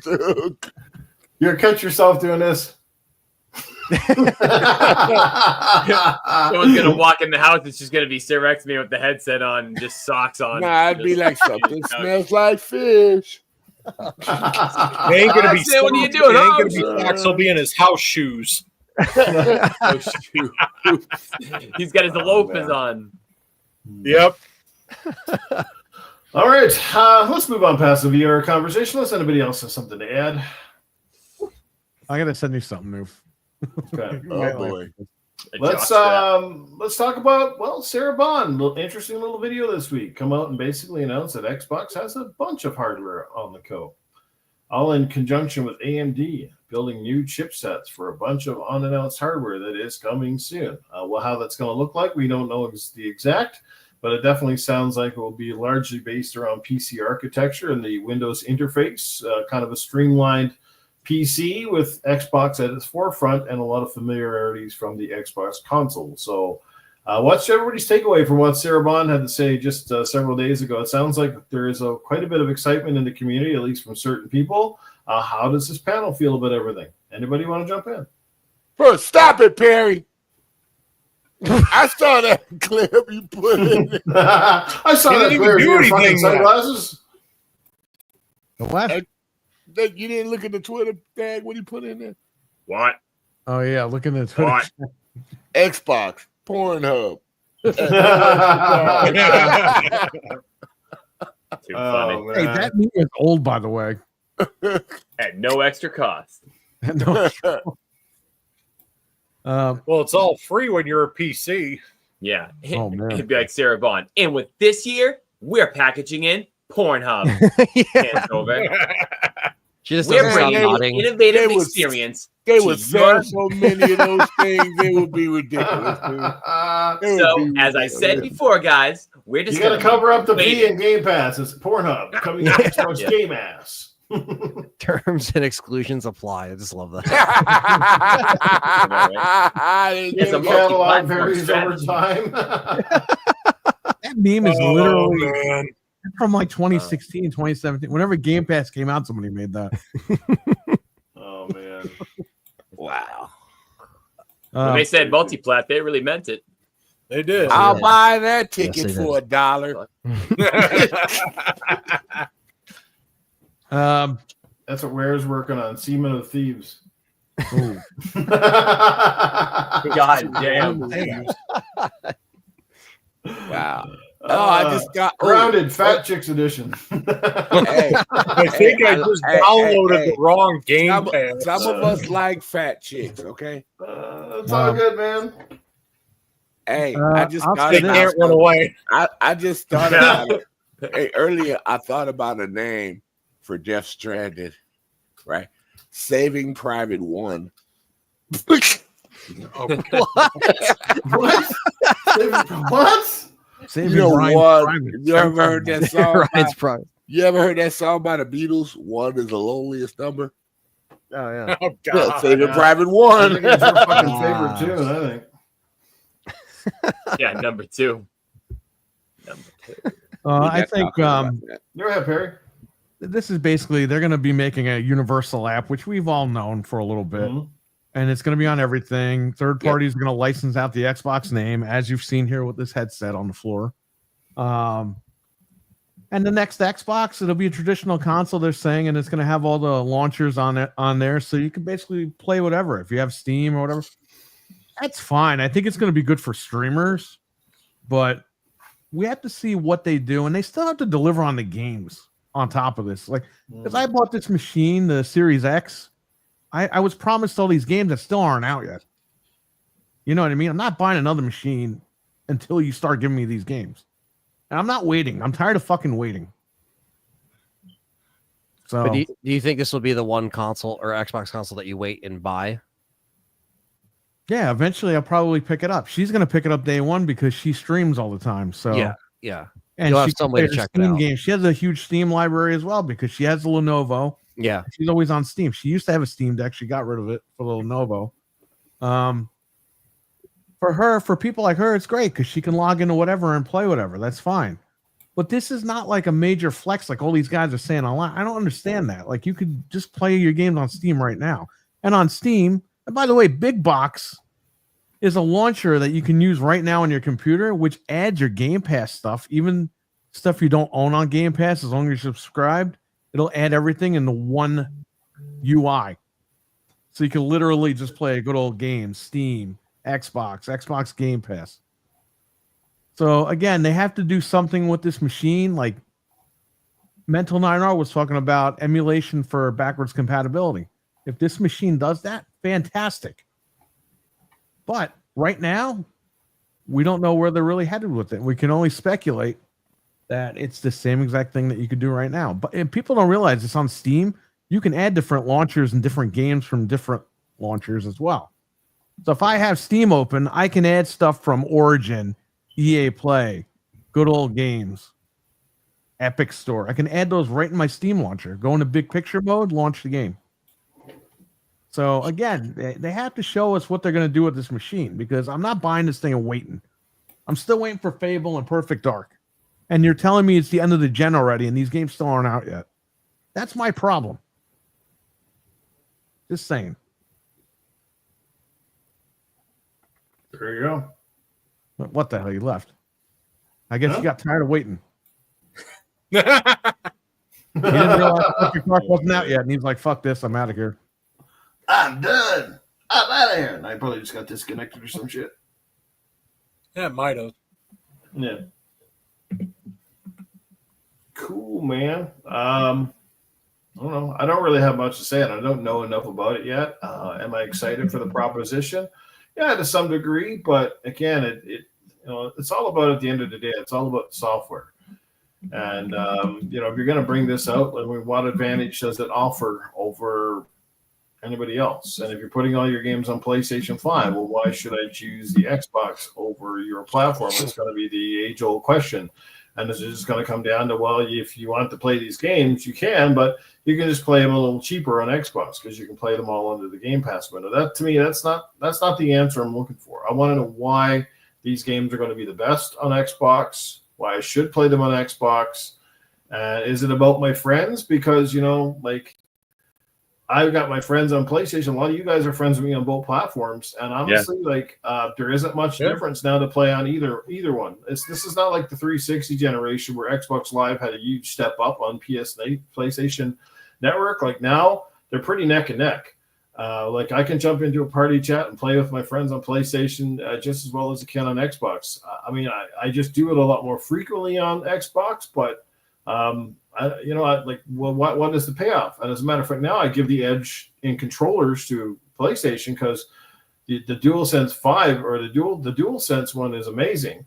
And, and I've been using PlayStation controllers long enough now that the control stick configuration does not bother me much anymore, like having the joysticks. Yeah, I still prefer the Xbox feel, but I love the haptics, and I love the fact that they got the cool lights on the PlayStation controller, and it lights up during certain parts of games. Like when you're dead, it goes red, or if the cops are coming, it's red and blue, and it blinks, and you got the little microphone in there. So like in the RoboCop game and stuff, like people talking to you on a radio will come through your controller, and it'll sound like it's actually coming through a fucking a handheld radio. Like there's these little features that are not much by design, but they certainly add to immersion. And like I said, I just love the feel of the new PlayStation controllers. I think the PS5 absolutely killed it when it comes to that build, and I hope they don't deviate too far from it when they make the PlayStation 6, because I think they got it just about nailed right now. And like I said, that's what I want to know from Xbox, though.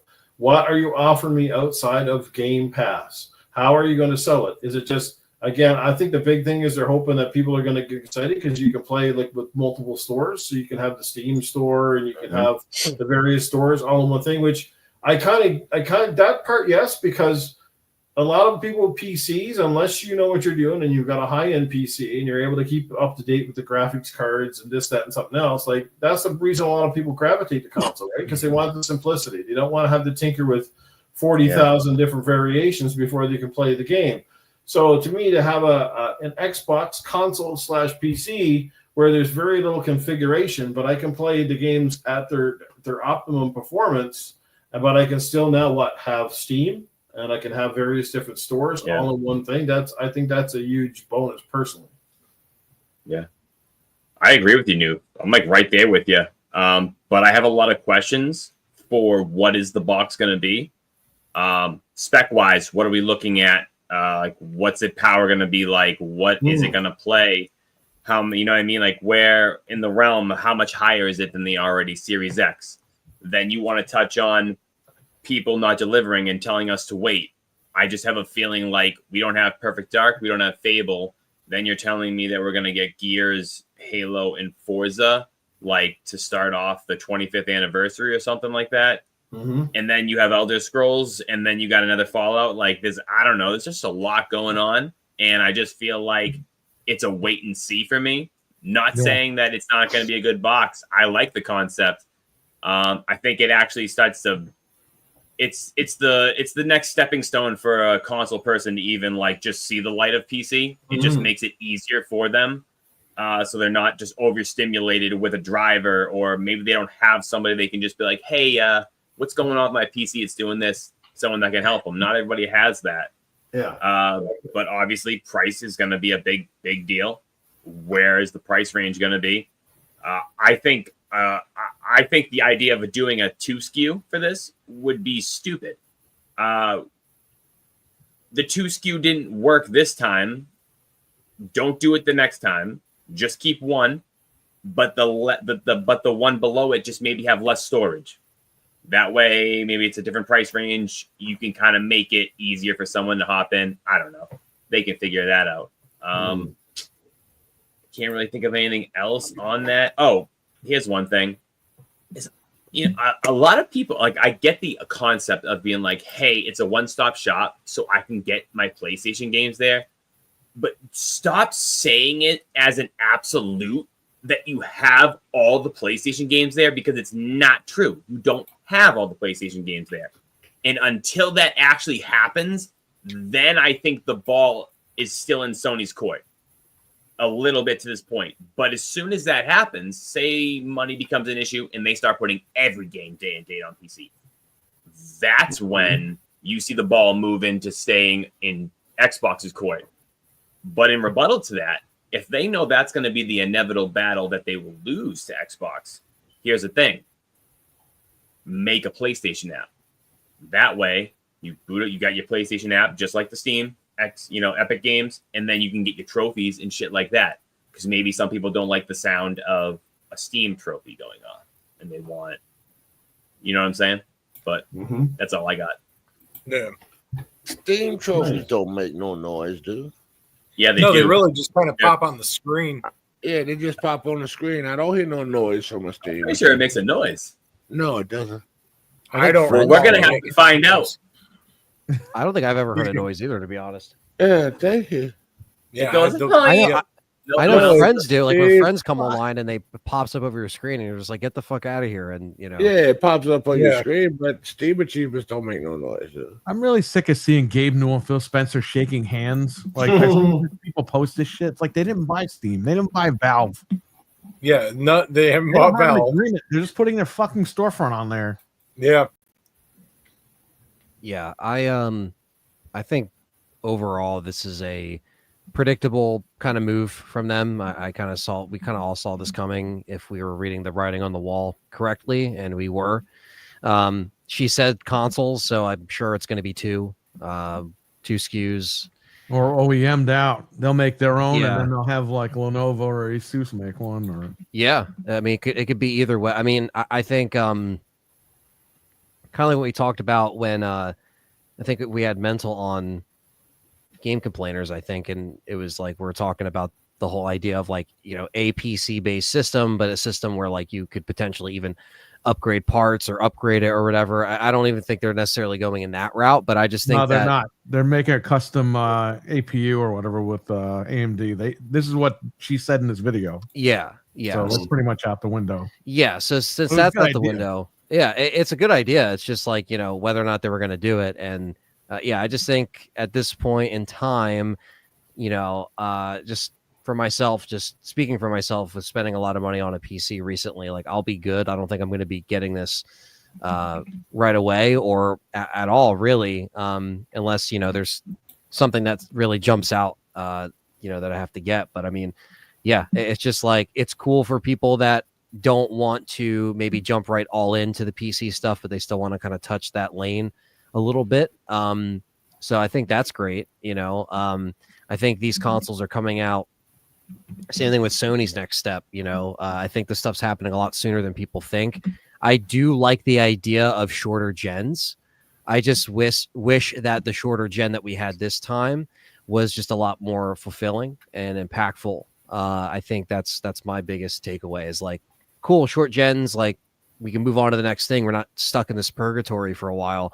But at the same time, what is the price point? How are they going to price it out? And, the games that are still kind of, we still need that we haven't gotten yet, so it's like, why are we jumping the gun here already? And when, we're kind of already supposed to be getting a lot of these titles that don't even have dates yet. So I think just with their marketing, with their branding, this is all kind of leaning towards what we're getting for the next gen of Xbox. So I think this personally, I this might be a hot take, but I really do think that this is going to be it as far as like a box console that sits under your TV. Start throwing stuff. It seems like this is the swan song for a box that could just be under your TV. You can hook it up and play it. I don't know. I could be wrong, but I think they might just try to be like, all right, this is it, but we'll see. Sarah Bond probably won't even be there by the time this thing comes out. Who knows? She's going to be the president and take over for Phil. I really don't know how they're going to price this thing. That could honestly shoot them in the foot even further, because if hardware sales are already down and this thing doesn't help your situation, then where do you go from here other than just like, all right, we're just going to put our, services elsewhere. And that's it. Who just moaned into the mic? That was Sir X-Man. Hey, yo. What the fuck is y'all malfunction? Follow through to the wheel or what? No, I have a new Xbox Day One. Yo, his eyes rolled in the back of his head. Yeah, I got he was eye rolling. Say whatever Xbox. I have a $3,500 PC. I'm good, but I still will have a new Xbox. You guys think it's safe to say whatever Xbox comes out at this point, though, has no disc drive in it? Yeah, I won't have a disc drive. I don't, dude. They're not even pushing. That's why I'm keeping my Series X. I watch my Blu-ray movies. I watch my DVD. Right. Me too. That's all what's behind me. This is all keep it in there. Physical media. media. Look at that man. Applaud that man. They'll keep it. Yep. Applaud me for what? For the Series X. Man, we're applauding Anthony. If your Series X breaks tomorrow, you're fucked because you can't buy one with a disc drive unless you buy a used one. And then how long is that going to last you? I got a Series S with a disc drive. What do you mean? I've got a regular Blu-ray player and a regular DVD player, but I like the convenience of having just throwing in the disc. Yeah, me too. Thank you. I have a lot of the digital that I own that I can watch it through. Sorry to tell you, but Nintendo cartridges do not work in an 8-track player. They could not. No. My Dude, don't talk about 8-track players. Me and my dad and my family used to take long trips playing 8-track players, and you hit the same thing over and over for 8 to 9 hours. Oh, no. Well, that explains what happened. When I was a kid, and that was before you had time with X. And that was before you could have headphones to put on your head. So I don't know what I'm saying. Yeah. It was either AM radio and an 8-track. That's it. His son, hand me that Isley Brother 8-track. I'm like, Dad, not again. We heard it 2 hours ago, man. Come on. Yeah, how many times are you gonna put this one in and rotate this back and forth, right? I just think the disc drives, at least for the Xbox, it's like they're not even pressing discs for Gears Reloaded. It's like, what are we doing? So I think they might just completely ignore the disc drive this time around. Unfortunately, at least for someone, all digital. Yeah, so it's like when they just stopped. Like we kind of saw how they handled their physical releases this gen, and it started to get a lot more dicey towards the last couple of years, and so it's again, I hate to see it go as much as the next guy, but it just seems like it will cut costs for them, and they'll just, even with the 2 SKUs if they have 2 SKUs, if not, if it's just the one, then it's like I doubt they're going to have an external drive. I just say one thing: thank God for Amazon, because you can still get Blu-ray and regular discs. Absolutely, Thank God for them. Exactly, and people buy them too. Oh yeah. Oh yeah. Yeah. A lot of people buy them. I buy a lot, especially I got around 4K's coming this. I got Coneheads 4K coming next month. yes, Nice. which is awesome Yeah. because us on GameComplainers we're waiting for Coneheads to just come to Blu-ray. Now we're getting all this stuff on 4K and it's awesome. But I love. Hey, the remember Frank? 4Ks.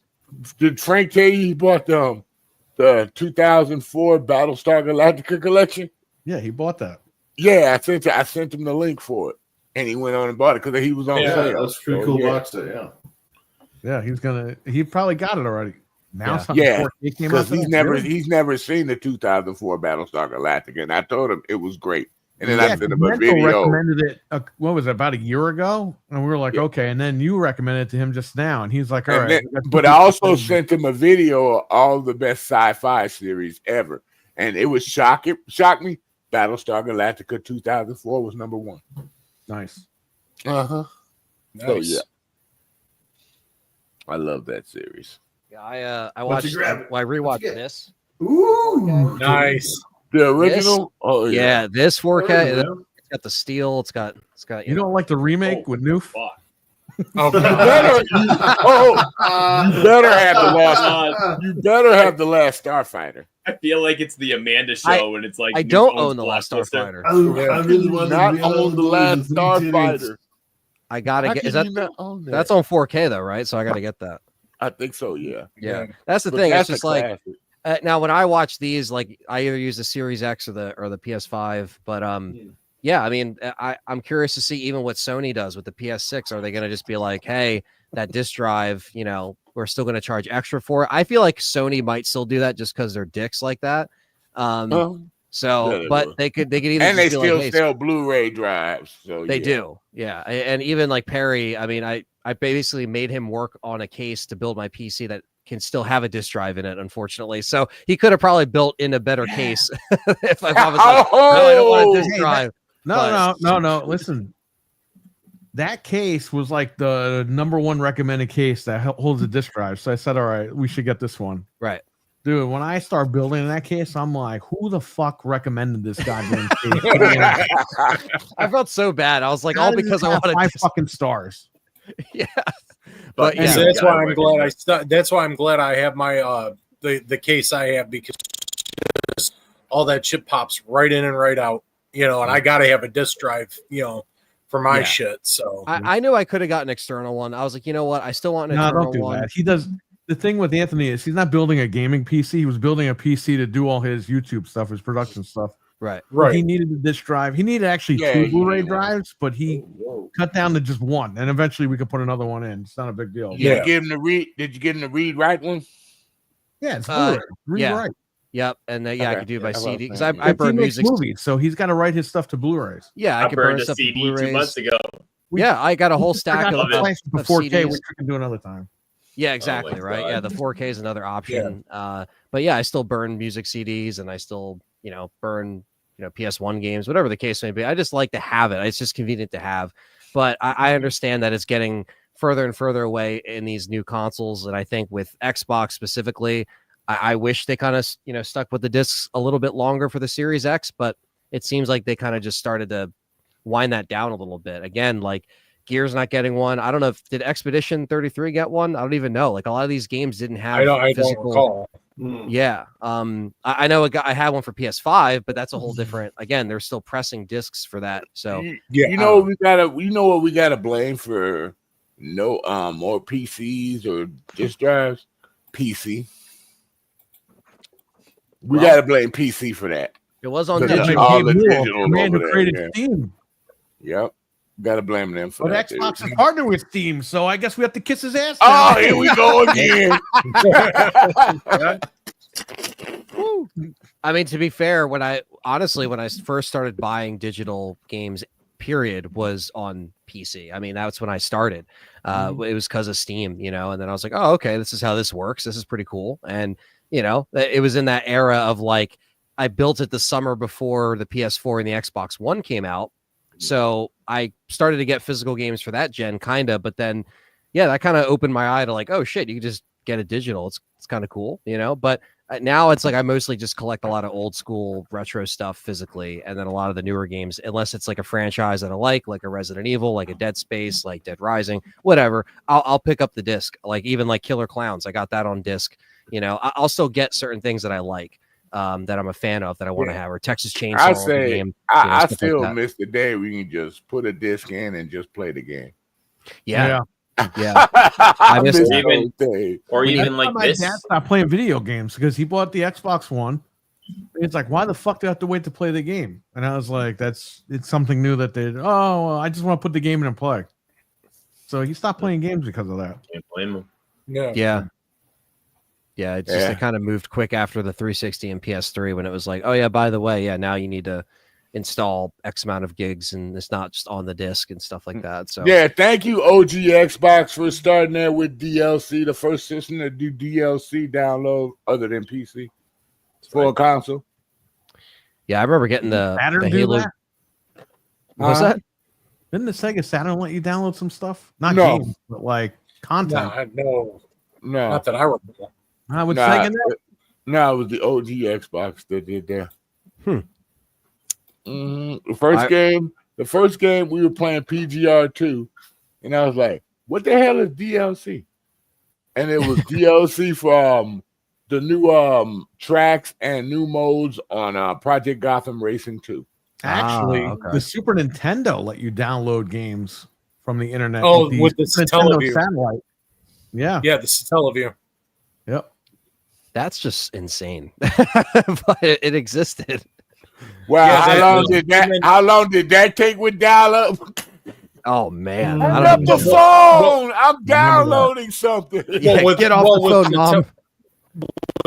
Satellaview, because that was in Japan. That was that was all done, like satellite broadcast. Now, if you want to talk dial-up, Sega and Super Nintendo did use X-band for a bit, and then Sega had the Sega Channel, and that's how you got access. I had it through our cable. Yeah, we had it through our cable Comcast back then, where we had the little wireless box that we plugged up to our TV. Yeah. Yep. My mama had Sega Channel. She loved it. Well, That's some so people cool. are saying, I'm reading the internet here, the earliest form of downloadable content were offerings of full games, such as on the Atari 2620's Game Line service, which allowed users to download games using the telephone line. Huh. Similar service to Sega Channel, which was allowed for downloading of games of Sega Genesis over a cable line. Yeah, you streamed it. You streamed it pretty much. You did a quick little download because games didn't take that much back then. Yeah. Right. So it was like it acted like a buffer, if I remember correctly. It's so fascinating to see like how it's grown from those little things, and now it's just like standard, Yeah. Indeed. Yeah, it's incredible. Thanks, Comcast. Gaming sure has changed, man. The ways we consume it sure has changed. I always had broadband, so I didn't have to sweat that when it started coming out in the late 90s. So, yeah. Because I couldn't deal with that slow dial-up shit. Changing in gaming, man. Like, I mean, obviously, I'm not going to here to talk about the layoffs in the industry. Obviously, we know Microsoft's laying off some more people, and it's never a good thing to hear. Your heart definitely goes out to people that are getting laid off, no matter which company it's from. Yeah. But I'm going to have fair warning to the game industry, and I think overall, and I think we're seeing the writing on the wall right now. And I think if there is such a thing, a union or some type of whatever in the game industry, they're going to have to come together and figure something out, because you know what I can definitely see happening within the next 10 years is that AI is going to do a large portion of the work for a lot of these companies, and they're going to push people out. There are a lot of people are going to lose their jobs. You see how fast now AI comes up with fucking graphics and videos and shit, and makes it look almost fucking real. So just imagine where this is going to take gaming, and don't worry, companies will exploit it. And they will just use it as an excuse. They're exploiting it now, my friend. Oh yeah, yeah. Well, If yeah, it's they're gonna already. It's going to happen real soon. Trust me. Yeah, Yeah, because I think about the first Transformer movie when that Xbox transformed into an evil thing from it getting tapped by the spark, and I was like, "Oh shit!" and started killing people. We're next. Oh God. Well, that's the thing too. It's like, we're seeing the it's advancing so quickly now, and I think this gen of gaming and consoles, you're really going to start seeing the effects of that. And unfortunately, of like, oh well, we'll just cut these positions because we can have AI do it. And cut everybody today at Microsoft. Yeah. So it's definitely very, very upsetting. And I think, if it's gonna, generate them to get stuff done faster, okay, but the quality has to be there. And I think that's the one thing that say what you want about some Japanese developers or Japanese games that end up being somewhat of the same sometimes, but just take something like Capcom, for example. They take some of their stuff, a little bit more seriously sometimes in Japan. There's a sense of like honor and integrity that comes with the work. They take it very seriously. And that's something that I think we lost over here for many ways. And I think that they would be like, hey, we would rather pay all of these people and to support their families instead of cutting these people to just have an AI do it. I think like you might see some Japanese companies mess with that, I'm sure. But I think, yes, exactly, Frank. Failure is not an option. The swords are on the walls, as we say on GameComplainers, right? So I just think that you're going to see those companies that unfortunately bow down to the tech and do it immediately, like a lot of American companies and maybe some others in between. And then you're going to have the genuine companies that are going to shine through and still put, like, I wouldn't even see Kojima being like, no, we are just not using any AI. Like someone like him can come in and just be like, nope. And that's the way it is because he's fronting that. And so I think you're going to see some devs stick up for their workers and the people on their teams that they have relationships with, that they have friendships with, that are basically like family, instead of just saying, we got to save some money here, so we're just going to cut you. Sorry, you've been with us for 20 years. Fuck off. We have AI. Like that's unfortunately going to be the case for some of these developers, but hopefully we have some that shine through of just sticking up for it and just saying, you know what, we're gonna stick up for our team. We're not gonna let people go.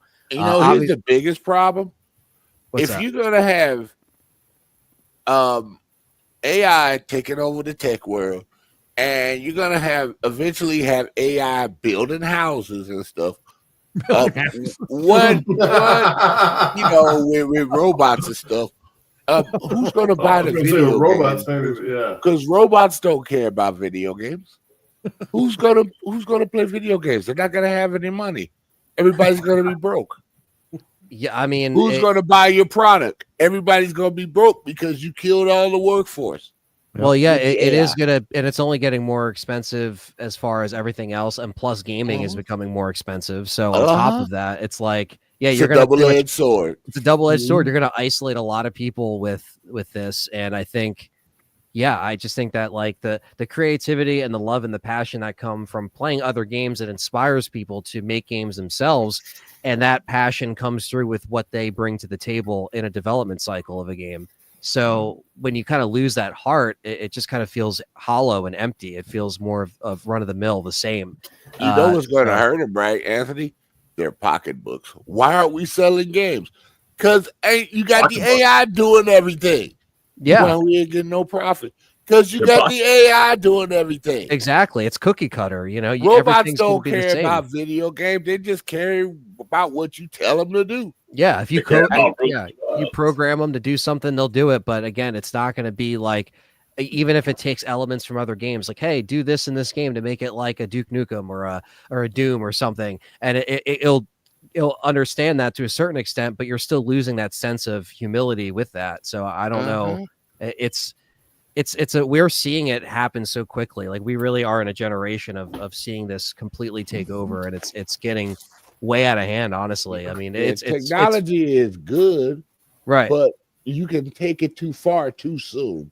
Yeah. Instead of letting it develop naturally, you're pushing it too far too fast. Exactly. Like I think if it's especially for like something like the medical industry, if it can help people, in that way, or it can like find these different answers or find these different researching stuff, that tools that it could use to utilize and help, that's great. But there's certain things where, when it comes to like, again, just kind of replacing these people, the human touch, that human touch of surgery, Yeah, or like just anything, just anything in general, even like with like scripts or music or movies and stuff. It's so funny. Like even like my dad was like on YouTube, right? And obviously he's older. He goes on YouTube though, and he was literally just watching a channel that was pretty much all AI, and you would never have known. I've seen those. You would have never have known unless I was like, oh yeah, it's AI. I was like, yeah, the voice isn't a real person's voice. It's pulling real information, but this is like the account was just made last month and it already has like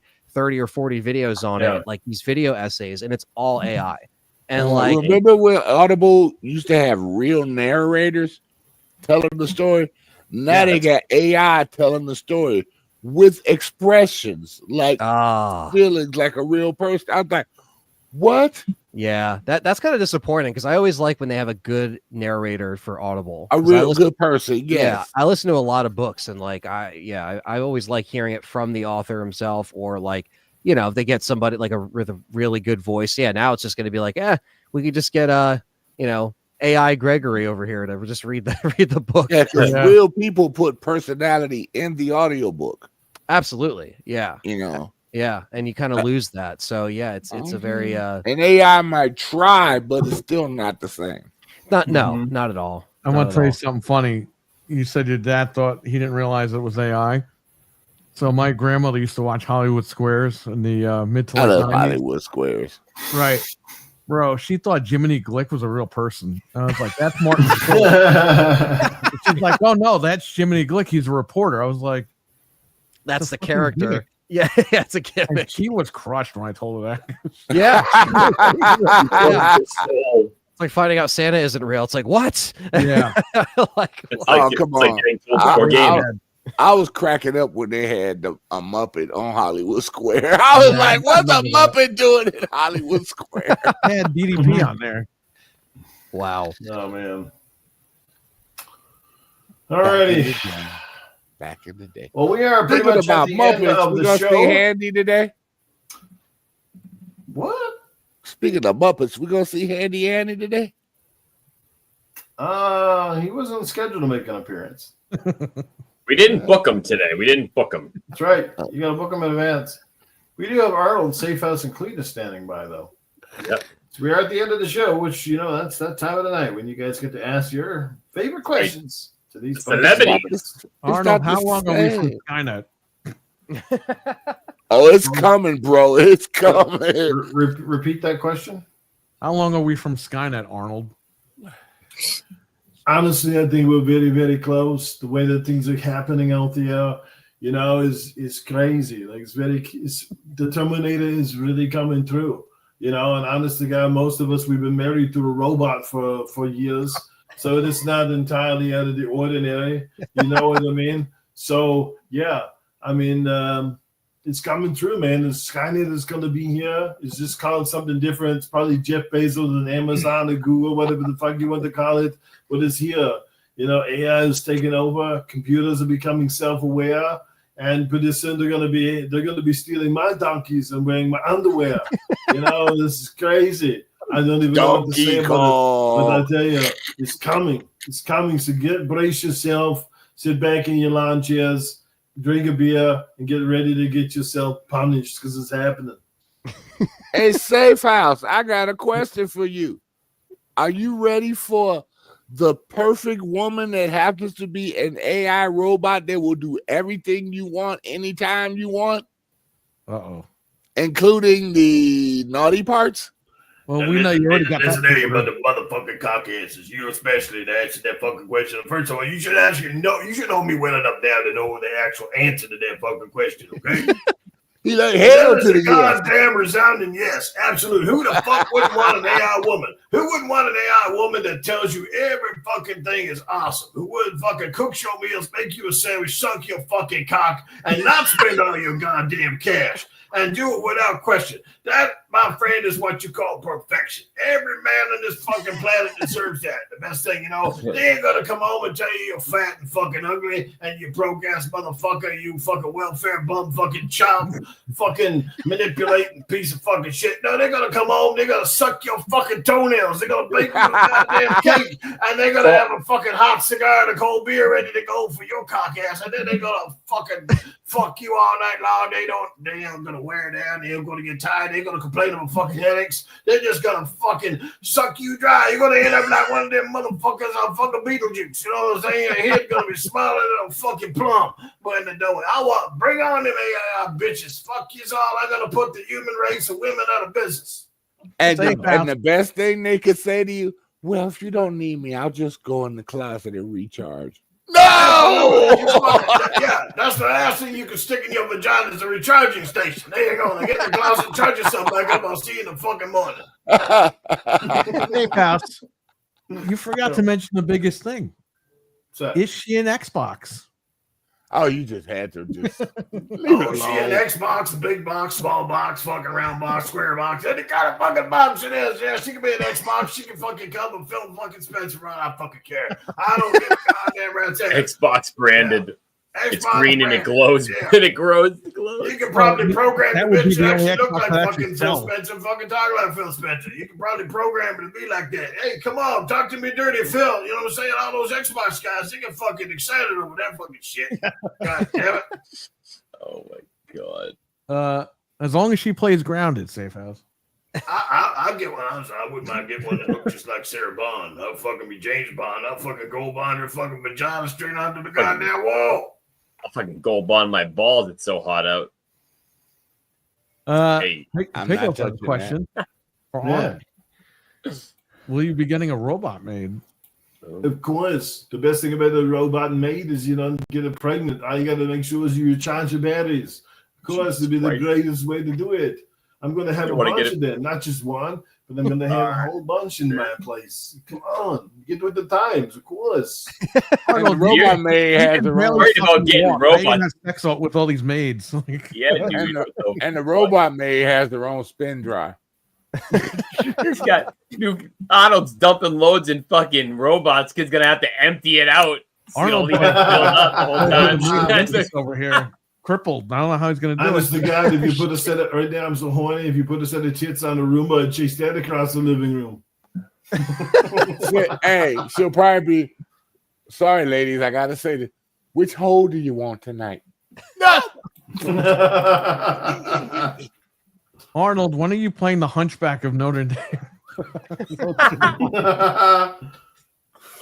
Well, honestly, right now I'm shriveled up and getting old, so it could be any time. I mean, in another couple of weeks, I'm probably going to be crippled and I'm going to be bent over and I'm going to look like Quasimodo on a CF model. You know what I mean? That's what I'm going to be. So, yes, I could play him anytime at all. You know, the course of AI and all the computer graphics, they could take my head and you could put me on like a little midget body. Maybe they're going to put my head on Peter Dinklage and then I'll fucking go in there and I could be Quasimodo.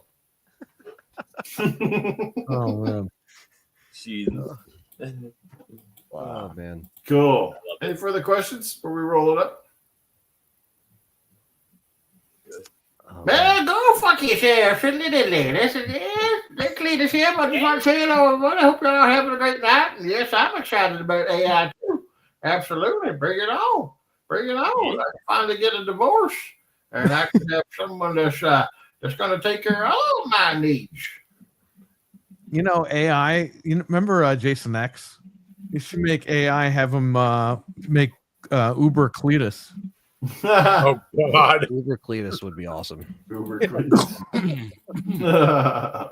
He actually gets teeth and everything. There goes the human population. All right, everybody. Well, that's another end to another fantastic podcast. Thank you so much for being here. To everybody in the chat, you're absolutely incredible. To our esteemed guest, Anthony, you were dynamite as always. Appreciate you being here, and definitely got to get you back when more Resident Evil news thoughts, because you are a Resident Evil expert. So definitely get you back for one of those shows for sure to give us your 2 cents worth on that. But again, it was a great chat. Chatted about Death Stranding, so VR, new Xbox hardware, and all of that stuff. If you missed it, guys, check it out on the replay. And again, we appreciate your comments, whether they're, how to improve the show, things you don't like about the show, or things you do like about the show.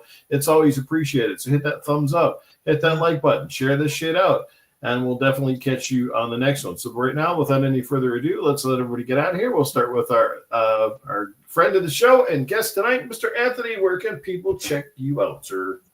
You can check me out on Let's Talk Resident Evil on YouTube, and my film channel is Inocula Productions, and you can find me on those platforms over there.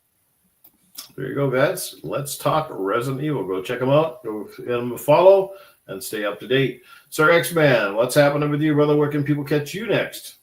Well, Fridays at 5 o'clock on Wasted with Wise every now and then when I feel like it. Saturday on the Dragon's Den at 5 o'clock. Everything is Central to everybody. Central Time. 5 o'clock on the Dragon's Den with 108 Dragons. Sunday with this nutball, Wicked Bowling, and talking crap on Sundays on Twitch. Sir X-Man 1 is where you'll find me. One day I'm going to have it on his channel if he ever makes a Twitch channel.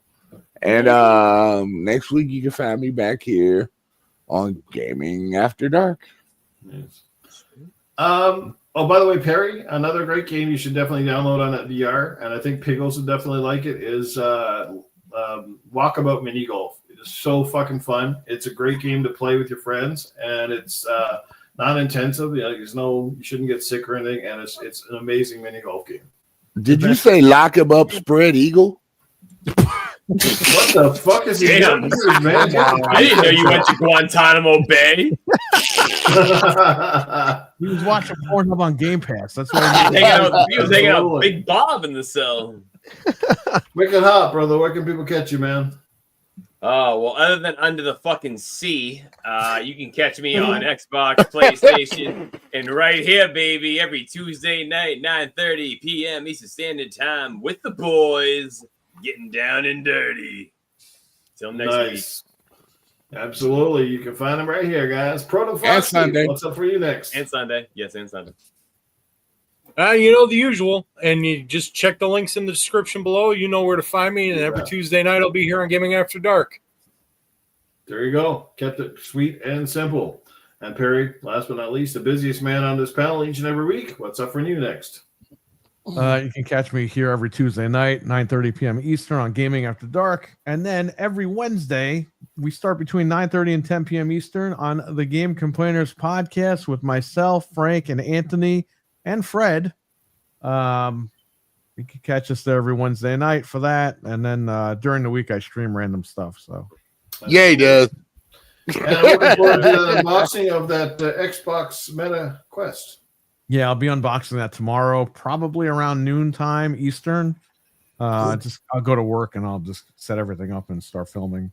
I'll film the unboxing, and I don't know about the setup because I don't know. I think you have to actually use a Facebook account for this thing. That's correct. Yes. Yes. Okay. Well, yeah, you guys can't. If you don't have one, just create a fake one. It's all the same. They're just gonna want bullshit or whatever. So.